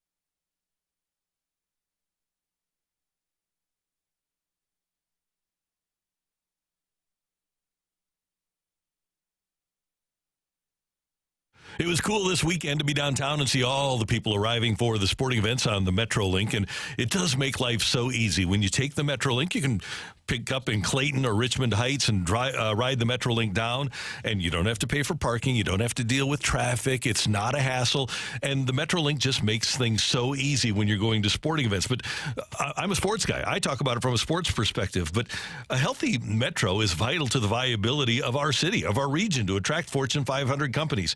And here's the thing. You might feel negatively about Metro, but it makes such a difference, and it makes so many good things happen for so many people. So if you want to support your community, riding the Metro supports local businesses and helps to reduce traffic congestion, but it also provides so many people so many great opportunities. It offers various ticket options and schedules to accommodate your busy lifestyle. So don't let preconceived notions hold you back. Give Metro a chance and experience the benefits for yourself. It is important. In short, thanks to Metro, you don't have to drive to thrive.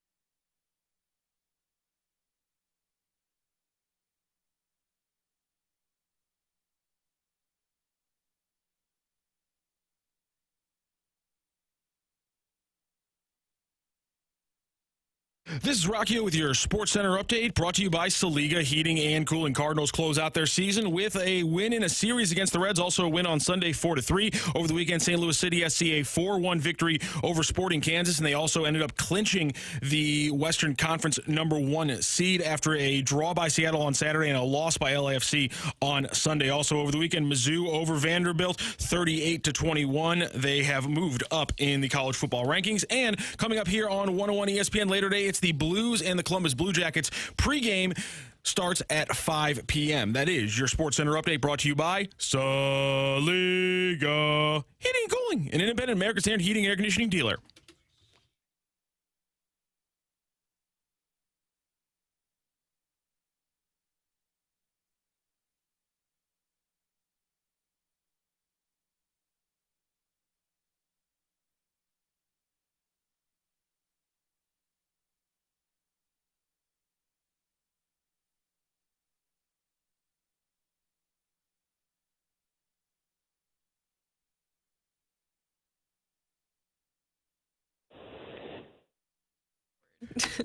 Welcome back to the opening drive. I am Kerry Davis, joined by Brooke Grimsley, and it is time for the fight. And our fighter today is Tom. Tom, how are you? I am doing great. How about yourself? Doing wonderful. You ready to take on Randy Kerber? I am. I hope to catch him on a slow Monday. All right, well, here we go. In that unforgettable NLCS Game 7 moment against Carlos Beltran, Wayno had loaded the bases for the at-bat. Which of the following players was on base? Was it David Wright, Cliff Floyd, or Indy Chavez? Let's go with David Wright. All right, question number 2. St. Louis native Kyron Williams made Rams franchise history yesterday when he scored his 5th rushing touchdown of the year in Week 4. Which other Rams running back is the only one to do that? Is it Marshall Faulk, Eric Dickerson, or Steven Jackson? Let's go with Marshall Faulk. Sticking to the St. Louis area, NFL players, which NFL local product was the last player before Khalil Mack to tally 6 sacks in a game? Is it A.J. Espinoza? Did I say that right? Sheldon Richardson or Adrian Claiborne? Let's go with the first one. I don't know if you spelled A.J. Espinoza. Right. I did. Yeah. There we go. I'm in trouble with that. Khalil Mack, in the final question, Khalil Mack did come up short of the all-time record of 7 sacks set by Derek Thomas. Which West Coast team did Thomas set that record against? Was it the Chargers? Was it the Seahawks or the Broncos? Chargers. All right, we will double-check our score, and we will bring in Randy Kerber. All right. Okay. Tom, how you feel? Not real good. There was a lot of guessing on this one. Yeah, sometimes it happens that way. That's Yep. That's how the fight go, as Ron Washington Although would say. That's how we baseball know go. Randy won't be guessing. No. Yeah, Randy doesn't. Randy doesn't guess. Randy actually gives answers to the trivia questions before they're even asked. At like 7:45. Sorry about that. Randy, say hello to Tom. Tom, good morning. How you doing? I'm doing great, Randy. How about yourself? Doing well. Thanks for listening. Thanks for playing. We appreciate it. All right, Randy, here we go. Okay. In that unforgettable NLCS Game 7 moment against Carlos Beltran, Wayno had loaded the bases for the at-bat. Name any of the 3 batters on base. Any of the 3 batters. Are they 3 batters or the 3 runners? Are the 3 runners? Yeah, the 3 runners. They're not carrying bats. None of them are. They're no longer batters when they're on base. I'm going to go with. I think I'm going to go with Jose Reyes. All right. Question number 2. St. Louis native Kyron Williams made Rams franchise history yesterday when he scored his 5th rushing touchdown of the year in Week 4. Which other Rams running back is the only one to do that? 5 rushing touchdowns in the first 4 weeks. That's the only other Rams running back. Well, did Marshall didn't get off to that kind of start in 99. In 2000, it had to be 2000. I'm going to go with Marshall doing it, although they threw a lot. Dickerson may have done it. But let's see. The first game, 41-36, he had 2. And then they go up to Seattle. I don't think he had any in that game. And then week 3, they come home. San Francisco. I'll go with Marshall Faulk. I think in 2000 when he set the touchdown record. Sticking with St. Louis area NFL players, which local product was the last player before Khalil Mack to tally 6 sacks in a game? Hold on here. This surprised me. Last guy to get 6 sacks in a game. It was Adrian Claiborne, who was a stud at Webster Groves. He just retired, I believe. Yeah.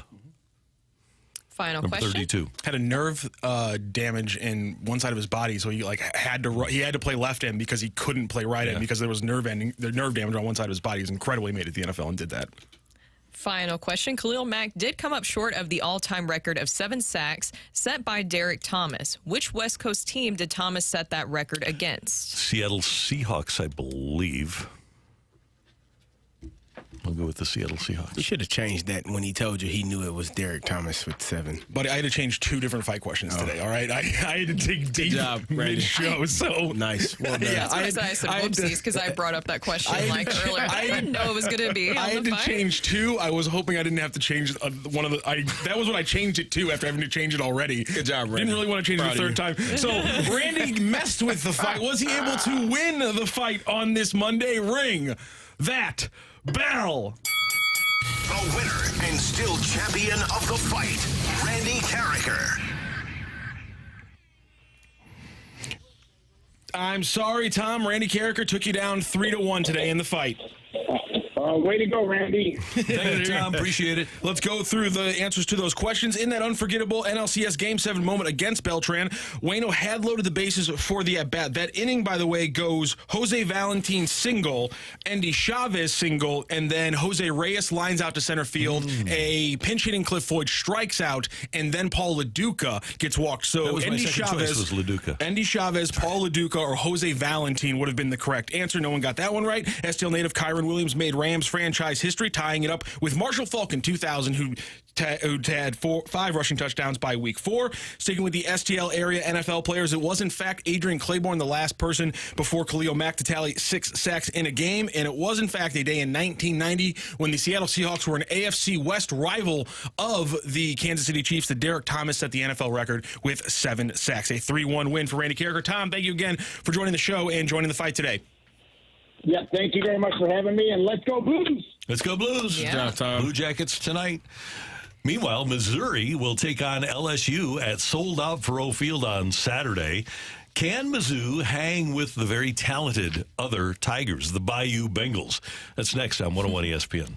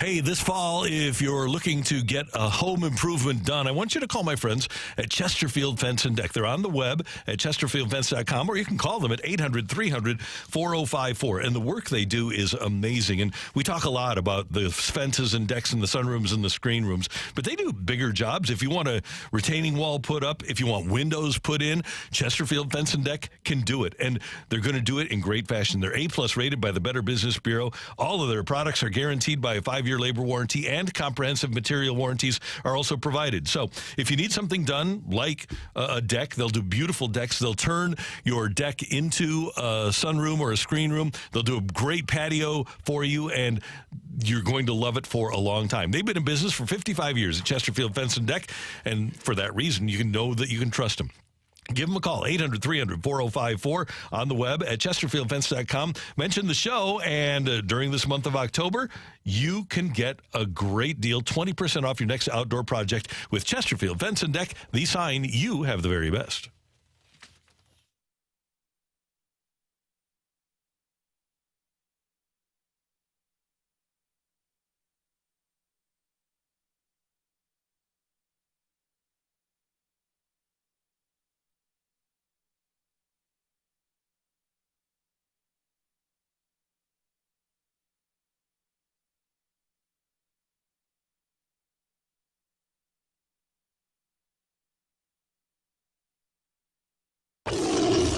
It's time to feed the Tigers on the opening drive. This is the Morning Zoo on 101 ESPN. Brought to you by James Carlton of State Farm. Mention Mizzou to James when you request a quote, and he will donate $20 to Mizzou's preferred NIL on your behalf. CarltonInsurance.net. Mizzou can still pick up a first down. Wease, contested catch. Got it. Much better 3 for 5 here so far today. Looking in zone, looking for Burden. Burden! He's got glue on those hands. That makes it difficult for even the best. Brady Cook, play action shot. He wants it all. Got it all. Marquise Johnson. Your quarterback, Brady Cook, a guy with no shortage of confidence or ability. That says it all. How's he making you guys shine out there? Man, he's a baller, gamer, leader, warrior, everything you want in the quarterback, and it just makes everybody on the whole team just want to play for him. Yeah, I just feel like he a dog. You know, he's the best leader. You know, I've been around, and sure, he going to do whatever it takes to win. Luther Burden, who leads college football in receiving yards, and it'll be 5-0 against Mizzou, against 3-2 LSU Saturday at Faurot Field. And we know that Mizzou can move the ball up and down the field, and we also know now that not only does Burden lead the country in receiving yards, but Brady Cook has set the all-time SEC record for most consecutive passes thrown without an interception. They're going to take on an LSU team that gave up 55 points to Ole Miss this past weekend. LSU can score it now. They've got Jaden Daniels at quarterback. He threw for 414 yards, 4 touchdowns, no picks this weekend, and they have quite a receiving core. Brian Thomas with 8 catches for 124 and 3 touchdowns over the weekend. Malik Neighbors also had 8 catches for 102. They can wing it. The question is, whose defense is going to step up next weekend? That's really what I think the game will come down to, is can one defense or the other slow the other one down? And Mizzou's special teams is really, really good. Yeah. I was going to say, I just think it's your quarterback is playing that well. Your offense is buzzing in the manner in which they did. If I'm Brady Cook, I'm a little upset. I needed 5 more yards for 400. But, you know, somebody got to break a tackle, give me 5 more yards. But all in all, you hit the nail on the head. Luther Head leading NCAA in receiving. Sorry, Luther Head. I am an Illini. Don't take offense to it. Luther Burden leading college football in receiving, doing a great job. We talked about him earlier, how well he's doing both on and off the field. Just the maturation you see from one year, from your first year to the next year, has been amazing to see him do what he's been able to do. You thought that this offense may take a step back because you lost the leading receiver, SEC receiver, and Dominic Lovick from last season, him going to Georgia. But Luther Burden has stepped into that role. He knows, he's confident, and I think Brady Cook is going to look for him. He's going to find him, and he's going to do a good job. They've done an outstanding job so far this season. Biggest test of the season coming this weekend with LSU coming into town. We'll see if they are, you know, what they say, real or not. If they really are a really good team, or if they're, you know, just beat up on some not so good teams so far. This is literally the perfect situation for Mizzou that you could have mapped out when you're looking at the schedule of the season. Going into this LSU game, you were hoping that this offense would be able to kind of build that chemistry going into this SEC schedule that they're diving into here. And the biggest thing for me, and I said this last week before the game, Luther Burden, of course, he is super talented. I also just wanted to see a number 2 receiver kind of stand out. And you had Theo Wease Jr. with that. He had 118 yards and a touchdown. I thought that was really good to see him emerge, because if you look at his background from Oklahoma, the way that, he was a 5-star recruit, which I know that, sometimes the stars don't necessarily matter. And you've touched on that before, CD, too. But I think seeing him emerge in that game is what I was hoping to see from Mizzou as they get into this, bigger SEC schedule, is who's going to be outside of Luther Burden, who is going to be another receiver that can stand out. Because, as you know, once you get further into this schedule, these teams are going to know more and more about Luther Burden. You're going to have another receiver that can stand out here. The other thing for Mizzou this weekend, and there's 6.5-point underdogs, and they didn't have all of their guys last week. They missed Darius Robinson, and he's an important part of what they do. Ennis Rakestraw is not 100%. You are going to have your pass rushers and your pass defenders as healthy as they can possibly be against LSU, because Mizzou, we're talking about having a second guy. LSU's got 4 or 5 guys that they can utilize. Plus, they can run the ball. Offensively, they're terrific. I just wonder if LSU is capable of stopping anybody. Yeah, no, I agree. Might be a shootout. Yeah. Might be I think that's the what last team that has the ball. I mean, you talked about Luther Burden leading NCAA in receiving. Malik Neighbors is second on that list for LSU. So they obviously are going to pass the ball. They're going to get the ball to their guys as well. It's going to be a challenge. I think this is the first challenge that Mizzou is going to have. They played some really good games. They beat Kansas State. That was a good win for them. But this SEC challenge, this first real SEC challenge, is going to be a good one for them to see where they are this season. And by the way, congratulations to Mizzou. They're close to selling out all of their games this year. It's been a long time since Missouri sold out every game, and the athletic director has done a fantastic job, and obviously the entire athletic staff there has done a great job. But congratulations to them, and this game is sold out. And that's a credit to Desiree Reed-Francois, but also with what Eli Drinkwitz is putting on the field. I think that, of course, makes people want to go. Remember during the Barry Odom era towards the end there, especially, that you look at the difference in the fan attendance, and I think that's a testament to Eli Drinkwitz and making it exciting, bringing in some big recruits, especially in-state recruits. And then even with what Dennis Gates has done this past season, the attendance for basketball has gone up substantially, it seems like. Just keep winning. Just keep doing what you're doing. That's all that matters. If you continue to win, all of the other things will take care of themselves. They should be in a really good position for this season. They're 5-0 right now. What you can't do is take your foot off of the pedal and take a step back versus this LSU team. No. If you want to be considered, we talk about it all the time. We talk about how Illinois and Mizzou rival one another, and what Illinois did last year was spectacular, except for they didn't finish the deal. They had an outstanding first half of the season, and then they stunk it up the second half. Mizzou is having an exceptional first half of the season. You want to beat this LSU team at home. You have to.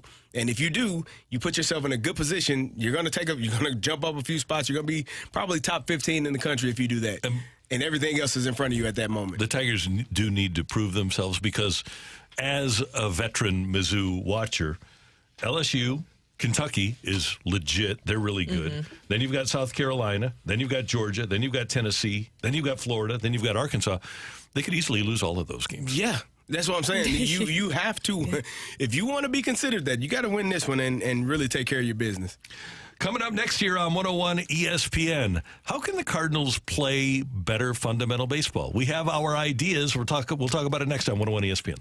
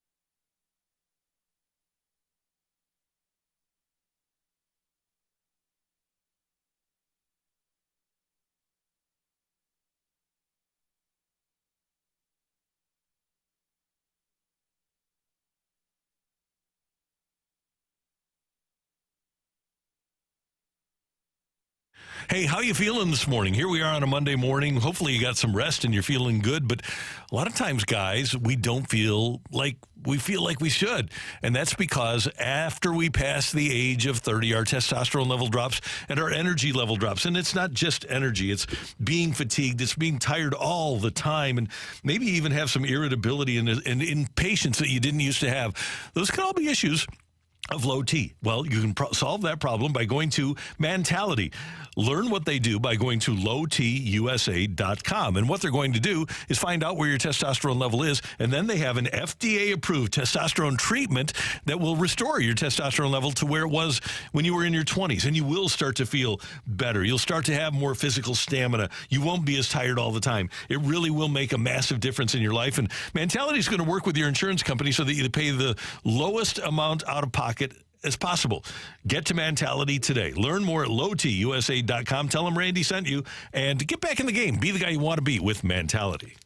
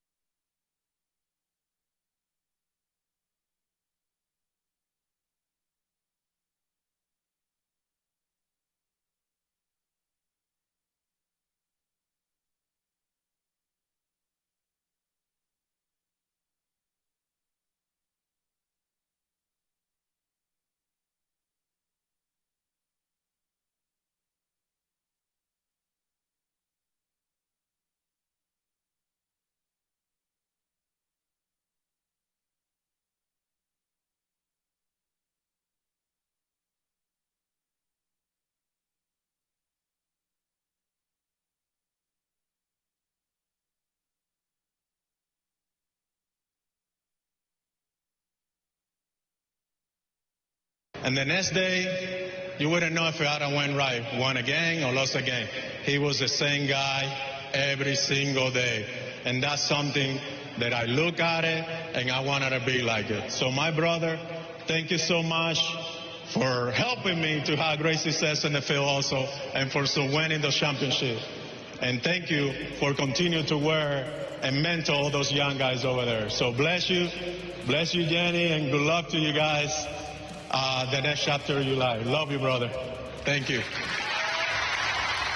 That is Albert Pujols yesterday in the Adam Wainwright ceremony, honoring Adam on the last day of his major league career. And the Cardinals did a fantastic job of honoring Adam Wainwright. And then he got a chance to actually hit and struck out in his final major league at bat. But he got to the plate and had one of the great careers in Cardinal history. Yeah, it was a great weekend, just celebrating Adam Wainwright and everything that he has done for the Cardinals organization, for the fan support showing up there, even though this has been such a bad season. But to make sure they gave Adam Wainwright a proper send-off, I just thought it was a beautiful weekend, seeing all that, seeing everybody who came in. Yadier Molina surprising him. That was probably one of my highlights outside of him getting the dog, finally. It must have been hot. Yadier with what he was wearing? Oh, yeah. Man, it was 90 degrees down there? Is that what you were thinking about when you saw Yachty? Really hot.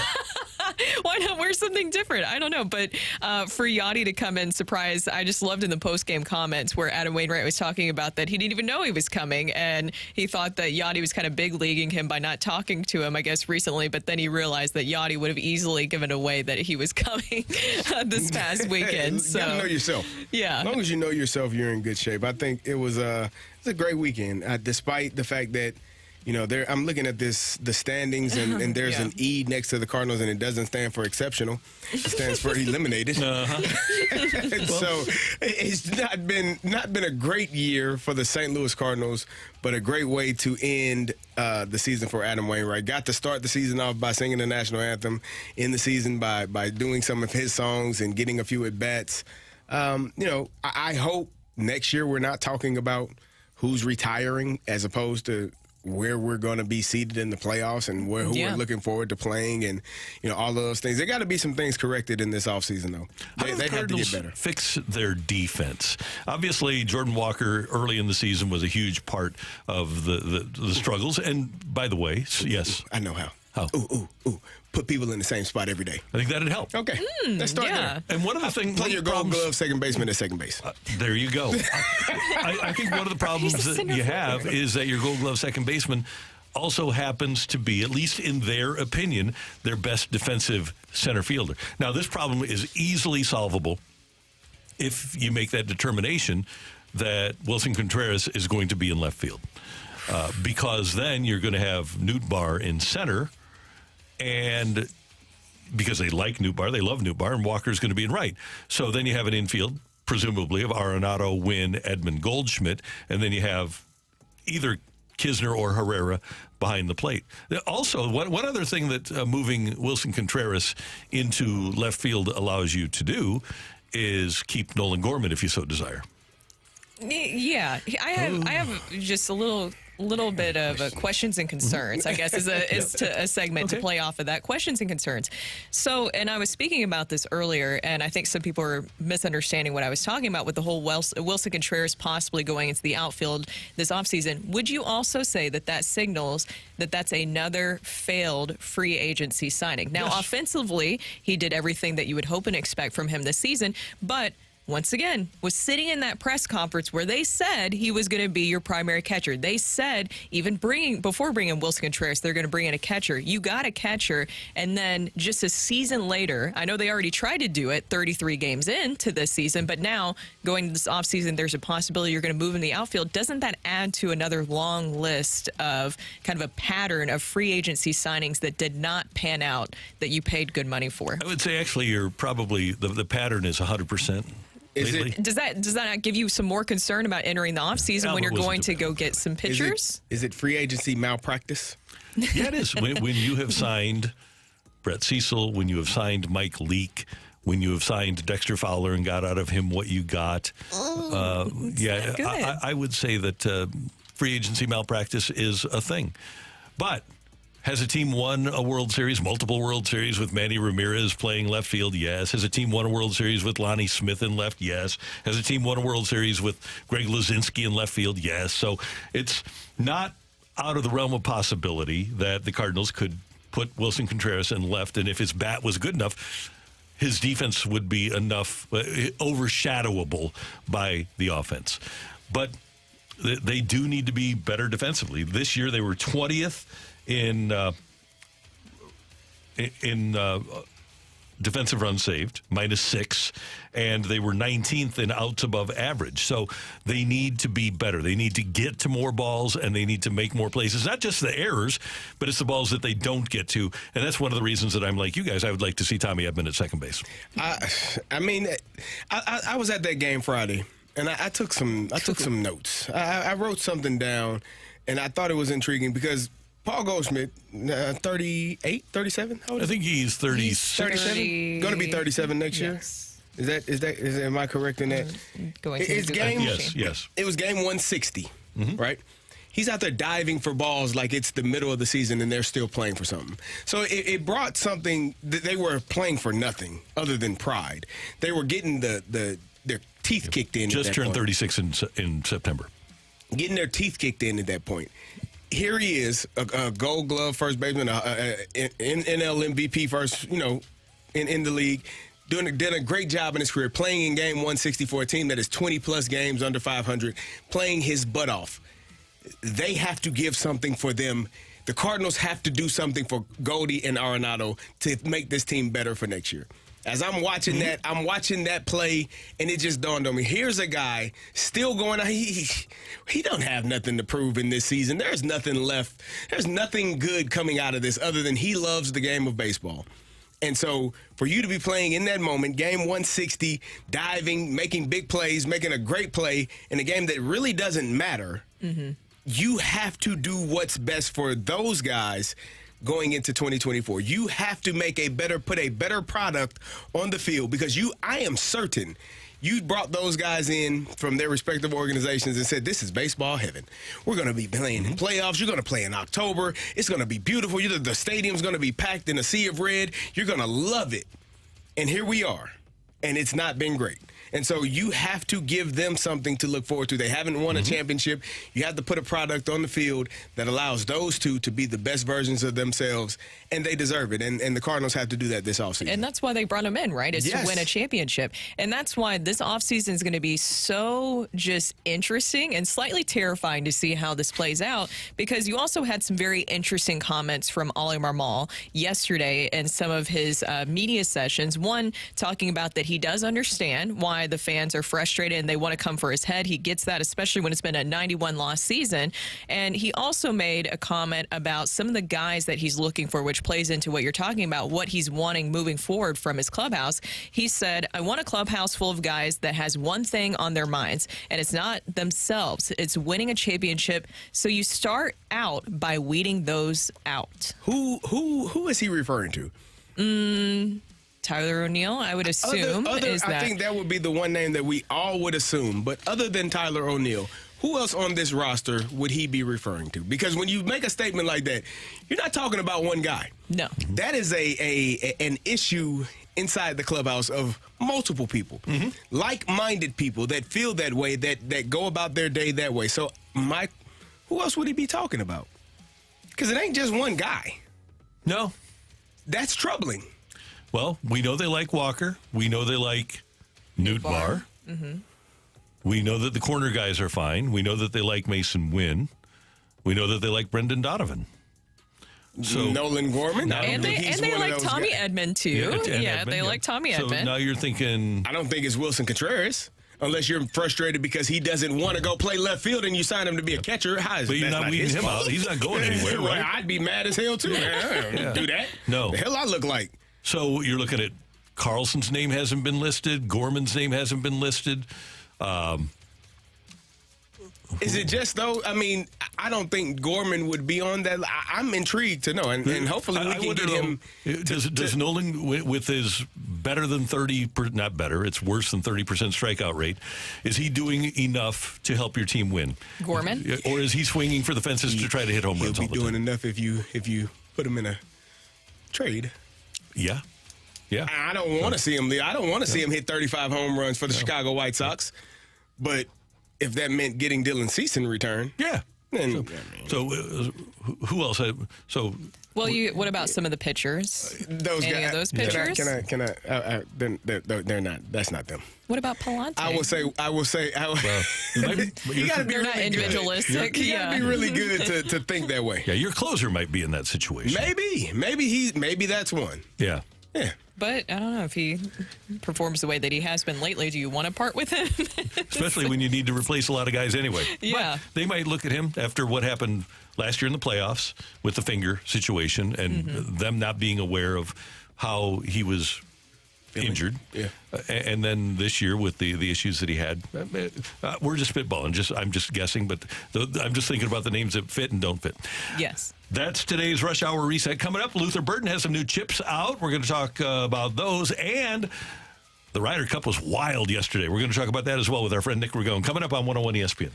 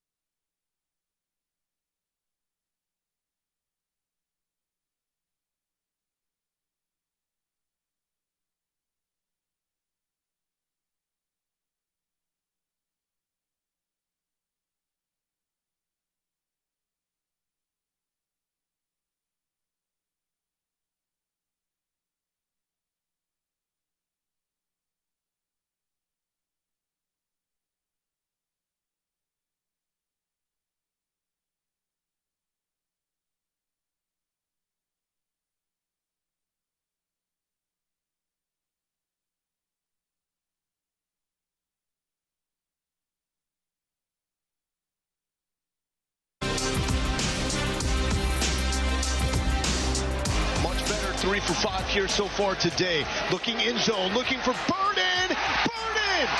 He's got glue on those hands. Oh, Luther Burden leading the nation in receiving yards. And you may have had the Luther Burden Old Vienna chips last year, but there's a new Luther Burden chip out. It's the honey barbecue ranch flavored red hot riplets from Old Vienna. And our friend Ken Dubinsky, who works with Luther with NIL, is with us now on 101 ESPN. And Ken, good morning, and thanks for sending the chips over. We're all really enjoying them. Glad you're enjoying them, Randy. Thanks for having me on. Really appreciate it. Well, let's start with this. How is Luther doing? Here we have the top receiver in the country. How is NIL working for Luther Burden? I think it's really a great story. He is obviously the top local kid, 2 years ago, came to Mizzou, wanted to start a tradition of local kids staying home, and he has really just delivered in every way. Obviously, on the field, unbelievably well this year, and then really has been a great study in what NIL can do and how successful that local kid can be when he stays home. Obviously, very proud of the chips we've done with him, but he's also obviously been a spokesperson for Emos, for Commerce Bank, Coffin and Townsley, and obviously gotten a lot of great NIL deals because, again, he did make that move to stay home and just having a great impact. I love these chips. I just took a couple of bites of some of the chips, and they're delicious. The new one being the honey barbecue ranch. So tell us, what is that process like of Luther working with them to make this chip and make sure it's his favorite, too? So it's kind of a fun story. Obviously we did the honey barbecue red hot ripple last year, got a great response, and always had thought about doing another chip. And obviously, Randy, I want to give all credit to DJ Demetrius Johnson, who we all remember so well, who kind of had the idea last year to do it, and I was just thrilled to bring it to life with him. And I know a lot of us still think about him every day. But so we had talked about doing another item, and Luther's agent, Chris Bailey, was telling me one day about how he had been to Columbia, had lunch with Luther, and how Luther just piled the ranch dressing onto his chicken wings. And so that kind of gave me an idea. I went in the kitchen and tried some chips with some ranch dressing on them, and they were really good.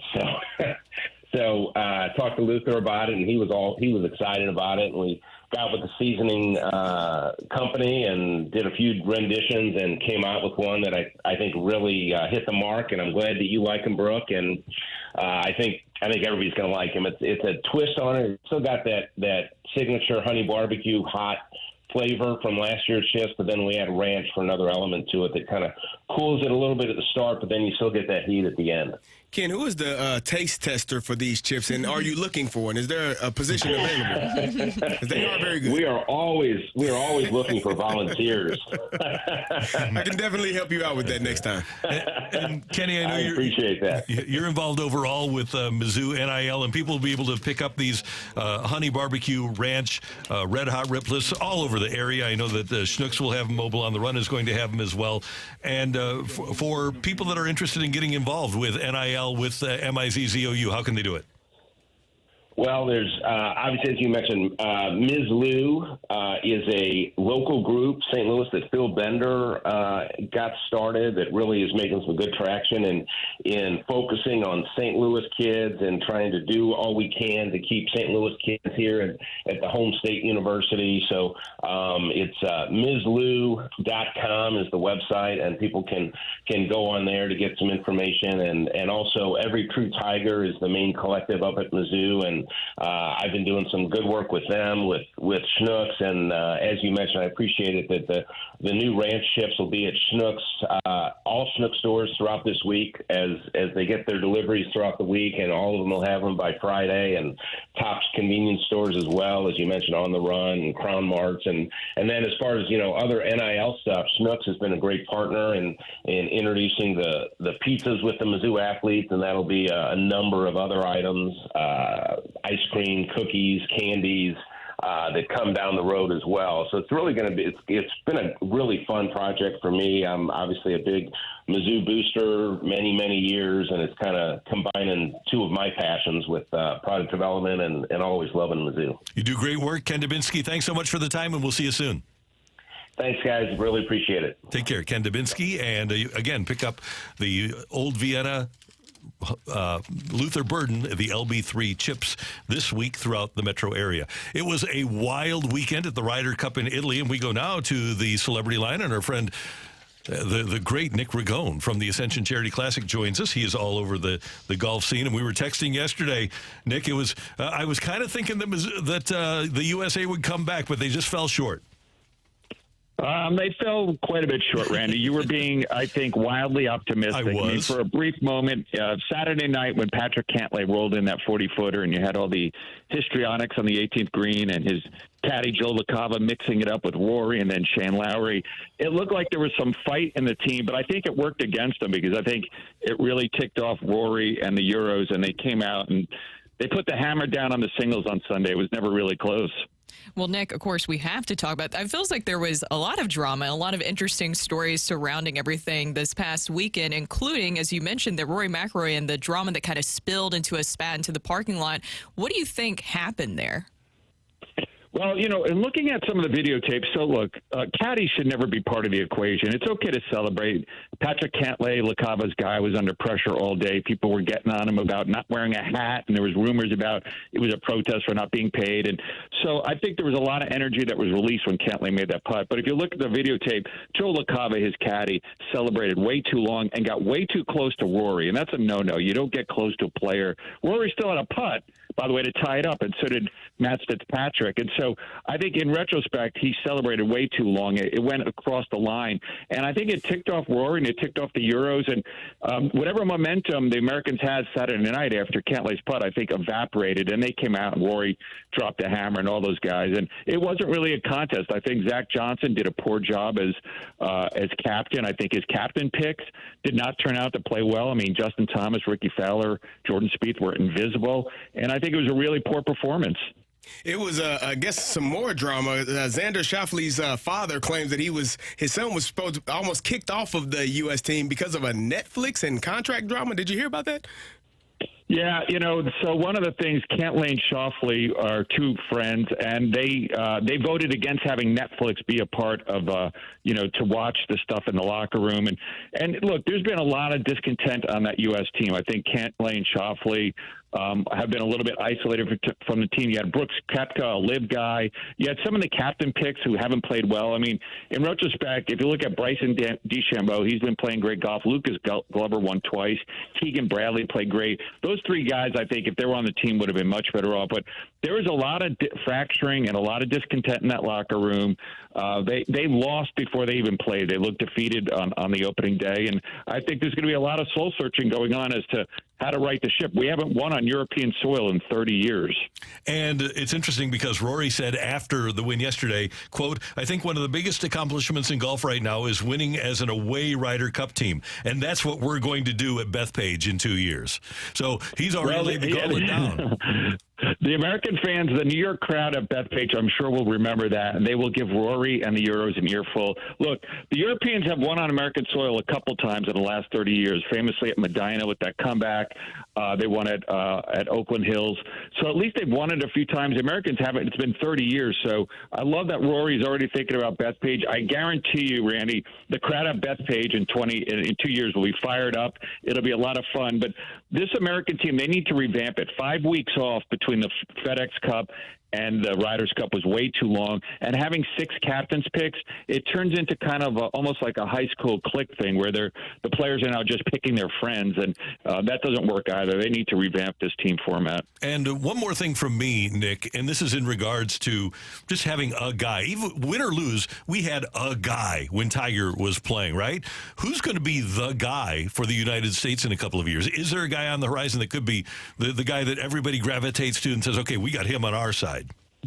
That's a great question. You know, the Euros had Rahm, they had Rory, and Hovland. They had the big three. Scotty Scheffler, the number one player in the world, not only didn't win a point, he didn't win a point last year or win a match last year at the President's Cup either. He's supposed to be the guy, Randy. He got throttled. He and Brooks Koepka Saturday afternoon.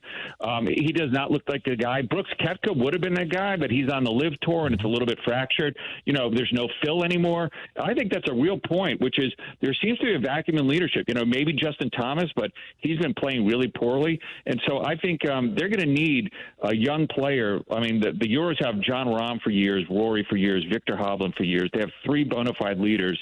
Right now, the Americans are leaderless, and I think that's a big factor. Just one more question for you about just how the reports, as you mentioned, it seemed like that the U.S. locker room was fractured. Do you think that the players should get paid for their participation for the Ryder Cup? Because that seemed to be the big issue with Patrick Cantlay and how he felt about things, the hat or no hat. What do you think about that? I do think that's a big issue for him and Xander Schauffele and others, and it's been brought up in the past. Other American players have mentioned it. My own feeling is it's one of the few competitive endeavors left where there's no money. It really is about pride for playing for your continent and your country, the love of the game. It sounds a little cliched, especially with NIL taking over college sports. There's no place that's safe anymore from the dollar sign, but the Ryder Cup is one of those places, and they are paid. The proceeds, 20% of them goes to the PGA Tour's pension fund, so they do get paid for this. It's just not directly, and it should be about more than money. And the European Tour guys, they embrace that. They really play it for their tour because those monies help their tour. And I think it's going to be a bone of contention with the U.S. side for a while because there's some players that just want to get paid for everything, and I think it's a losing proposition. And we've been hearing that for 30 years from other players on the American side, and I don't think they're ever going to get paid, nor should they. I have a couple of Ascension Charity Classic caps that I'm just proud to wear. Nobody needs to pay me. I'm just proud to wear Ascension Charity Classic caps because that's the kind of guy I am, and that's the kind of tournament that I enjoy being a part of.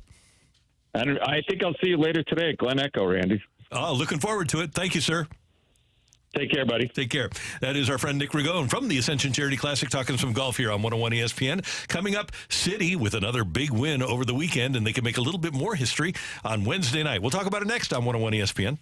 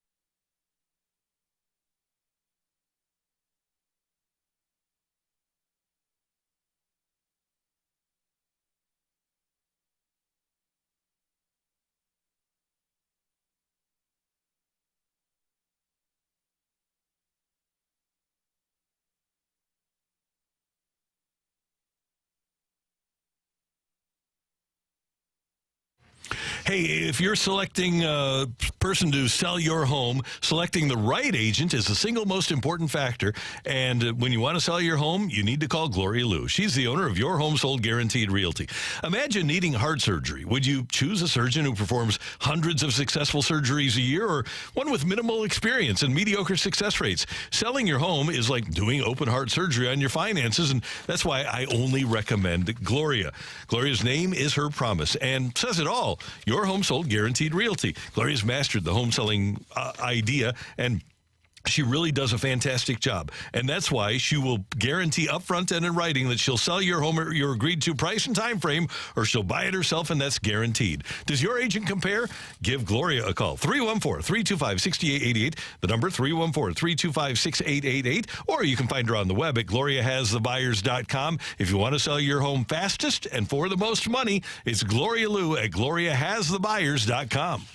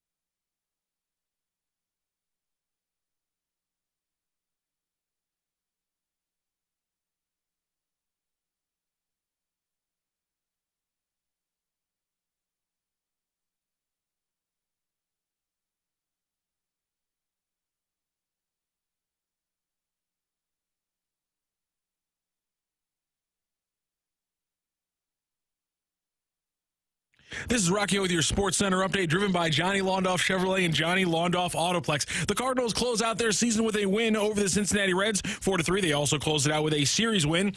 Also over the weekend, St. Louis teams keep on winning. St. Louis City SC with a 4-0 win over Sporting Kansas. They also ended up clinching the top spot in the Western Conference for the regular season, thanks to a draw by Seattle on Saturday night and a loss by LAFC on Sunday. City back in action on Wednesday. They travel over the border to face off against the Vancouver Whitecaps. That is your Sports Center update, driven by Johnny Londoff. Find your road and shop 24/7 at londoff.com and londoffautoplex.com. Are you kidding me?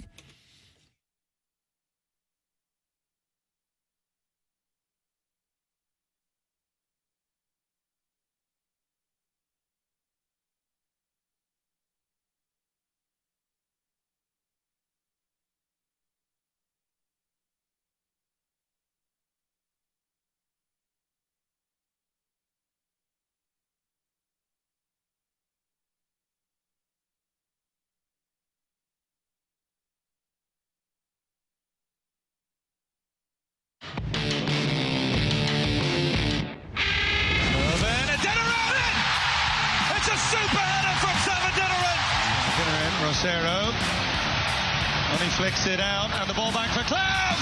3-0. It's raining goals at City Park.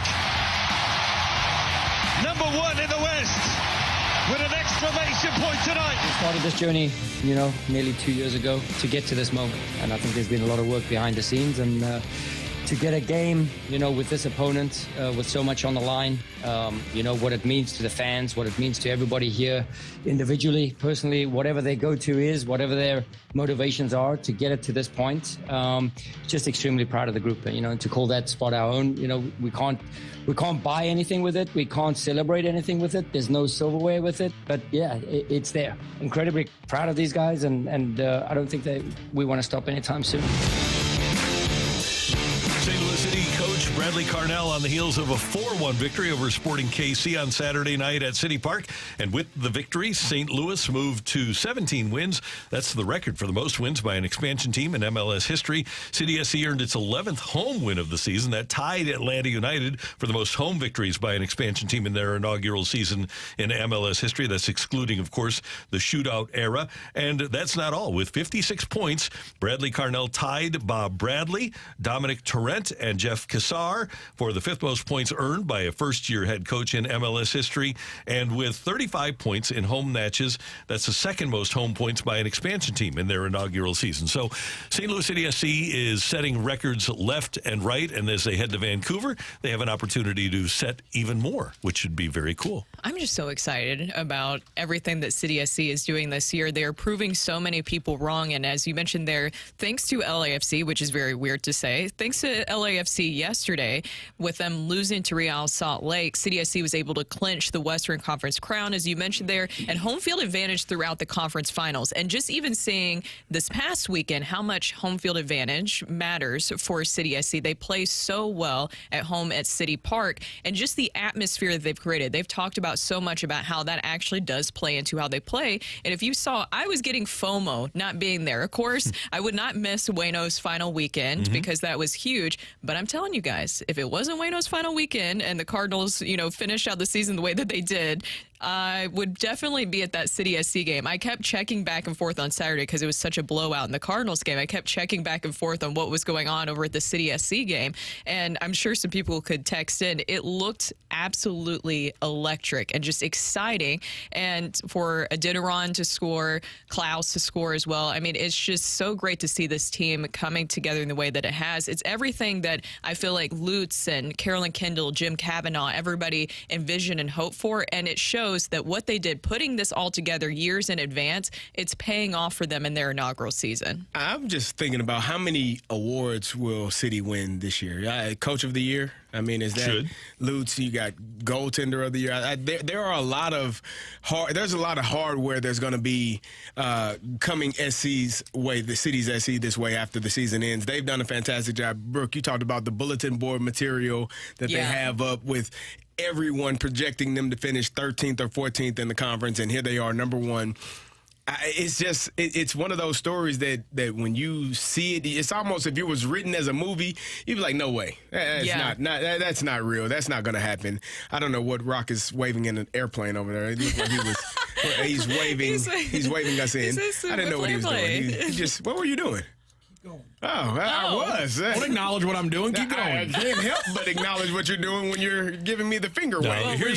We're landing a plane currently. But no, I think they've done a fantastic job, this season, just putting all of these things into play and into place.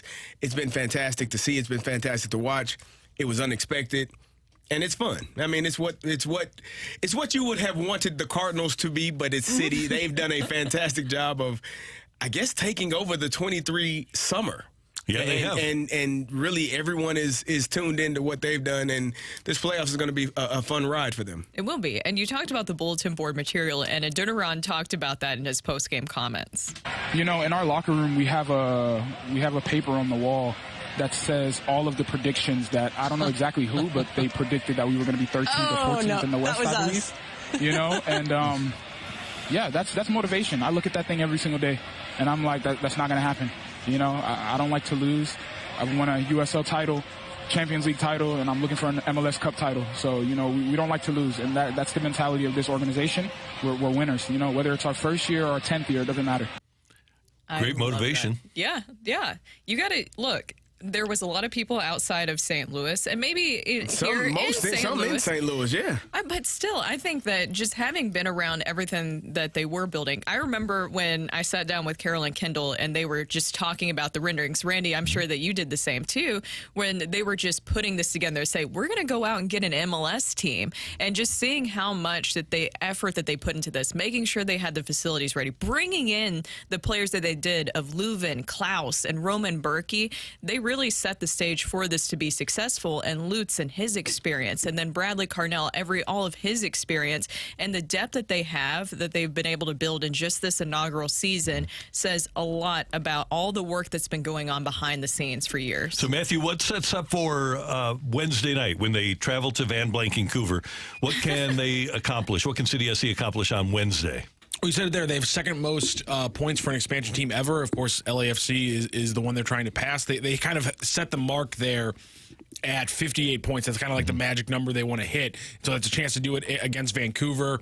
It'd be really special for them, obviously. And then obviously, every point now just gives you a better chance because you clinch through conference finals, but the MLS Cup is best record hosts. Right. So there's still a couple teams in Orlando City and Philadelphia over in the East that if they win all their games, they could pass City by if City doesn't win all their games. So there's still a little bit is some jockeying of if FC Cincinnati does not go on through, you want to be the team hosting, and so you can still get that. Has clinched home pitch throughout. Yes, they are the Supporters Shield winners, as they are going to have the most points in the entire league. That's the President's Trophy. Yes. It is. There okay. You go. And by the way, if they involve Canadians, you have to do like special trophies for just getting best record in the regular season. Okay. What's the President's Trophy? They don't usually win the Stanley Cup, though, right? That's what I'm saying. So you know what I really like doesn't mean is Cincinnati is like There you go. if you finish like with the best record, but then in your conference, and then lose in the first round of the playoffs. I think that's something that a banner should be put up for. A banner for for having the best record in the Western league. Conference regular season champions. Oh, man. Wow, that feels very targeted at a very specific organization that might be in the Music City. Also, it might seem kind of arbitrary, but like legitimately, Carnell and everyone I was talking to at City are like, no, we want that expansion points record. It's like we won the West fine. We set a number for us to beat LAFC's total points record, and we're going to do that at all costs right now. It's kind of crazy how determined they are for something that outside might seem a little bit arbitrary. That's their goal line, and they're going to get there. And MLS does have their own little play-in tournament. So if the playoffs started today, San Jose and FC Dallas would play for the right to play St. Louis City SC. Either San Jose or Dallas coming here in November, it's going to be uncomfortable for them. We're going to be practicing in this stuff every day, and November can be dicey here in St. Louis. So San Jose and FC Dallas, either one of those teams comes to St. Louis, not only do they have to deal with the crowd, but they have to deal with the weather, which will be a hassle for them. Yeah. Great. We'll be rooting for bad weather in St. Louis because we've got mutters. Coming up on 101 ESPN, we've got Rocc and Roll. Stick around. It's coming your way as we head down the stretch of this edition of the Opening Drive on 101 ESPN.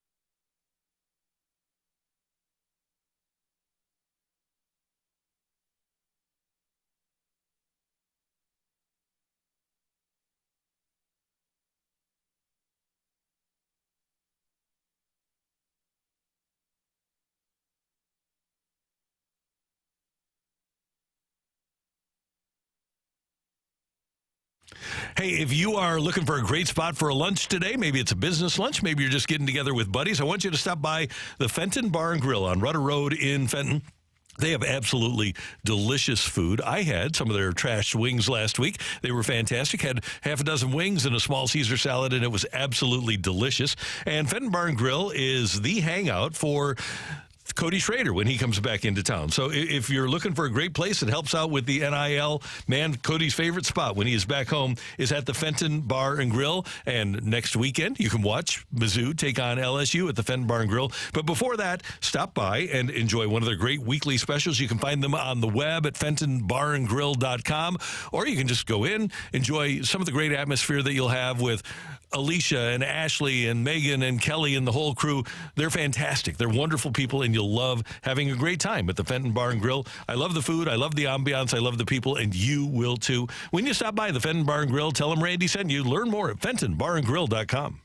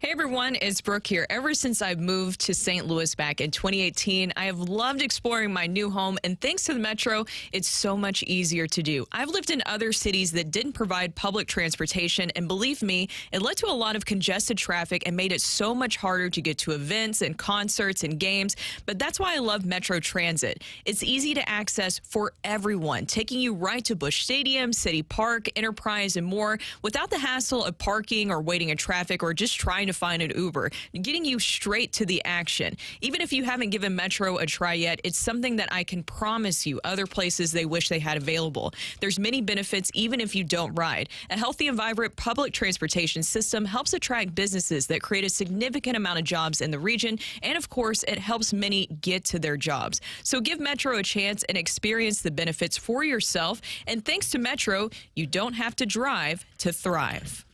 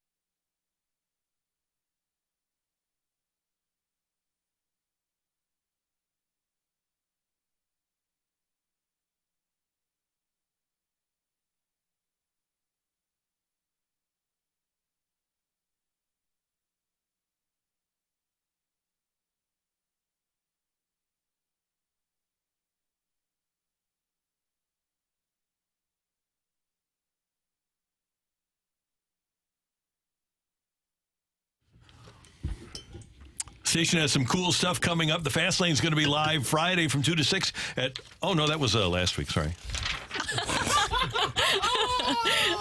Attention, Scott Air Force Base. Need that one. Don't need that one anymore. Ruh-roh. No, this is the one I was thinking about. At Scott Air Force Base. For service members or families and anyone currently on base, the Fast Lane is going to be there live from 2 to 6 on Thursday. Join the Fast Lane for our special Military Appreciation live broadcast from 2 to 6. It's a special Fast Lane Military Appreciation with Anthony, Jamie, and I think Marcy's going to be there. He usually is. It's Thursday from 2 to 6 on base at the Exchange at Scott Air Force Base. It's always fun when we head out there, and 101 ESPN is proud to be associated with Scott Air Force Base and our military. Brought to you by Budweiser and Air Comfort Service Heating and Cooling. And that's what we got for you. Before we get to, I've got so many extra sheets of paper here. It's unbelievable. You didn't want to do the one with I don't need that one either. right infielder. Yeah, we're good. Tommy Edmond, pitcher, Miles Mike. No, you want to do that one? All good. All right, Habitat for Humanity. Yep.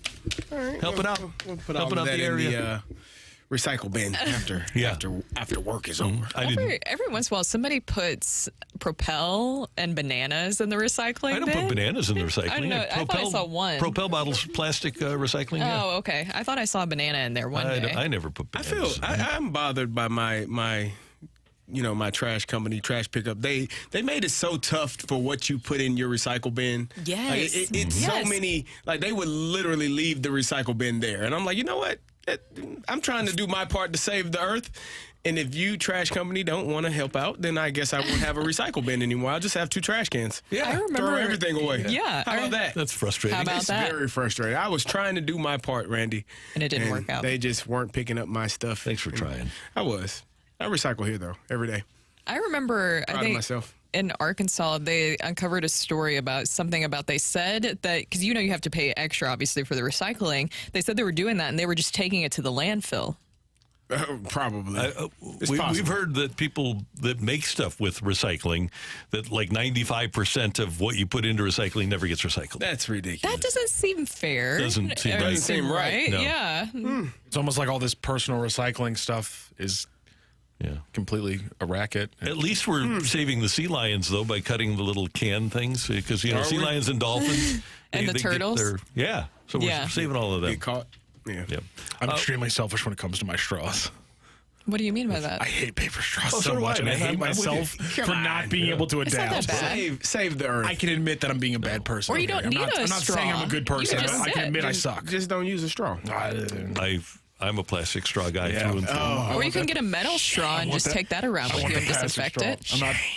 I don't know why, but like the idea of just carrying around a straw and just like whipping it out at different times is really odd to me. It's really odd to me. And basically, so for example, you go to Quick Trip or Mobile on the Run. So there's literally 150 straws sitting there. If you don't take one, what the hell difference is it going to make?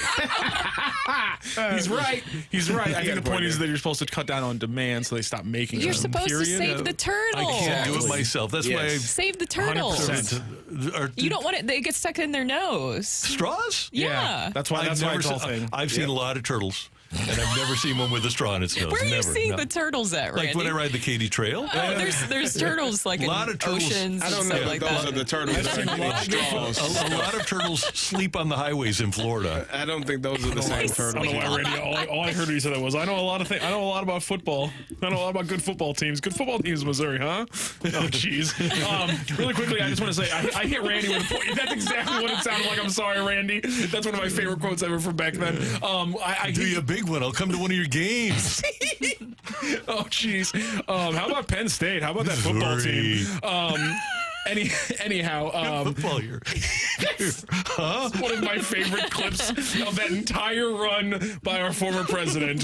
How about Missouri? Great football teams. God, that was. He did the same thing at Penn State, and it was like, oh, buddy. Really quickly though, I hit Randy with a point of parliamentary procedure earlier, and the texters, or I should say, the Facebook or YouTube commentators, I should say, hit me with it as well. Because if you guys noticed, I kept calling them Sporting Kansas today in my updates because that's what City calls them. City refuses They're doing it on to purpose, refer to them yeah. as Sporting Kansas City, which is fantastic. If you can take a little shot like that, go ahead and take it. But also on the YouTube chat, people were like, "Hey, you're doing it wrong. It's Sporting Kansas City." And I was like, City did it that way, so I'm going to do it that way. And somebody just goes, "Yeah, but City's doing it wrong." I'm like, or they know that and it's on purpose. Yeah. I'm not saying it's people from Kansas City don't like to be called. Oh yeah, I know. Told that they're from Kansas. I understand why they're doing it. I just wanted to point tell out them all the time they're from Kansas City, Kansas, and then they just blow up. They combust right in front of you. They lose it.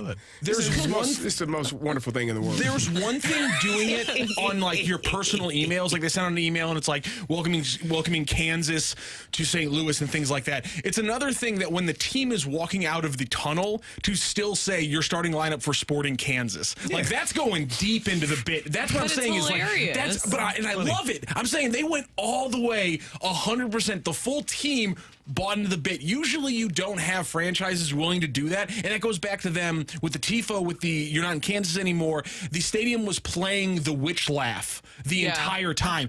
And I'm just saying, that kind of coordination and that kind of buying into the rivalry and the fun of it, sometimes it's completely absent from other leagues. And I like that the MLS kind of has this, like, we're not a top 4 league. We got to have some fun with it. And the franchise down at City has accepted the fact that we got to do things a little bit differently than they've been done here before. And I think both those things, the TIFO, the sound, the calling them Sporting Kansas instead of Sporting Kansas City, buying into the rivalry of your fans, I love seeing that from a team. I loved it overall. It was a great job. It's fantastic. I agree. We need more of that. Yeah. Need to talk. They're building up that rivalry. That's what makes sports fun. Yep. Yes. Rivalry specifically. When you have guys that are, anytime you can take a dig at your rival, you should. Now, you've seen a lot of teams, a lot of organizations lately with the using the app formerly known as Twitter, when they type things or tweet things out. It's fun and all in good fun, and they have teams going back and forth. It's fun. When there's a rivalry or you get to pick at another team, an opposing team, do it. Just be respectful. I love it. And obviously, they got a big win over Kansas City, which I obviously love. Sorry, Kansas. Thank you. Kansas, excuse me. Correct. Thank you, Matthew. Kansas. Thank you, Randy. That's our producer, audio engineer, Matthew Rocchio, who is going to try to make it through the day by eating another one of those bags of Luther Burden chips. I like spicy. Spicy don't like me. Okay, got it. I don't think it's that spicy. Brooke, tell us about your shirt. Oh, tighten up. It's from Dana, the wonderful Dana, and she was able to get me this tighten up shirt. She made it. How about that? I got to ask my guy. How about that? Because I think my friend brought that phrase to Tennessee. Did he really? Nate Washington. Yeah. Yes. Okay. I'm almost 100% certain. Him and the finger roll that they started calling the Tanner roll. I didn't like that because Nate was the first one to do it, and then what's his name? Ryan Tannehill. Ryan Tannehill. Yeah, Ryan Tannehill. I know what you're talking about. He started doing that. Nate did it first. Yes. And then Tannehill kind of took it over, and they didn't give my guy any his just attention. Congratulations to the Titans. Yes. Let's see if they could continue it, so Absolutely. I can be happy. So, and it's amazing because you have this association with Dana through the T-shirt.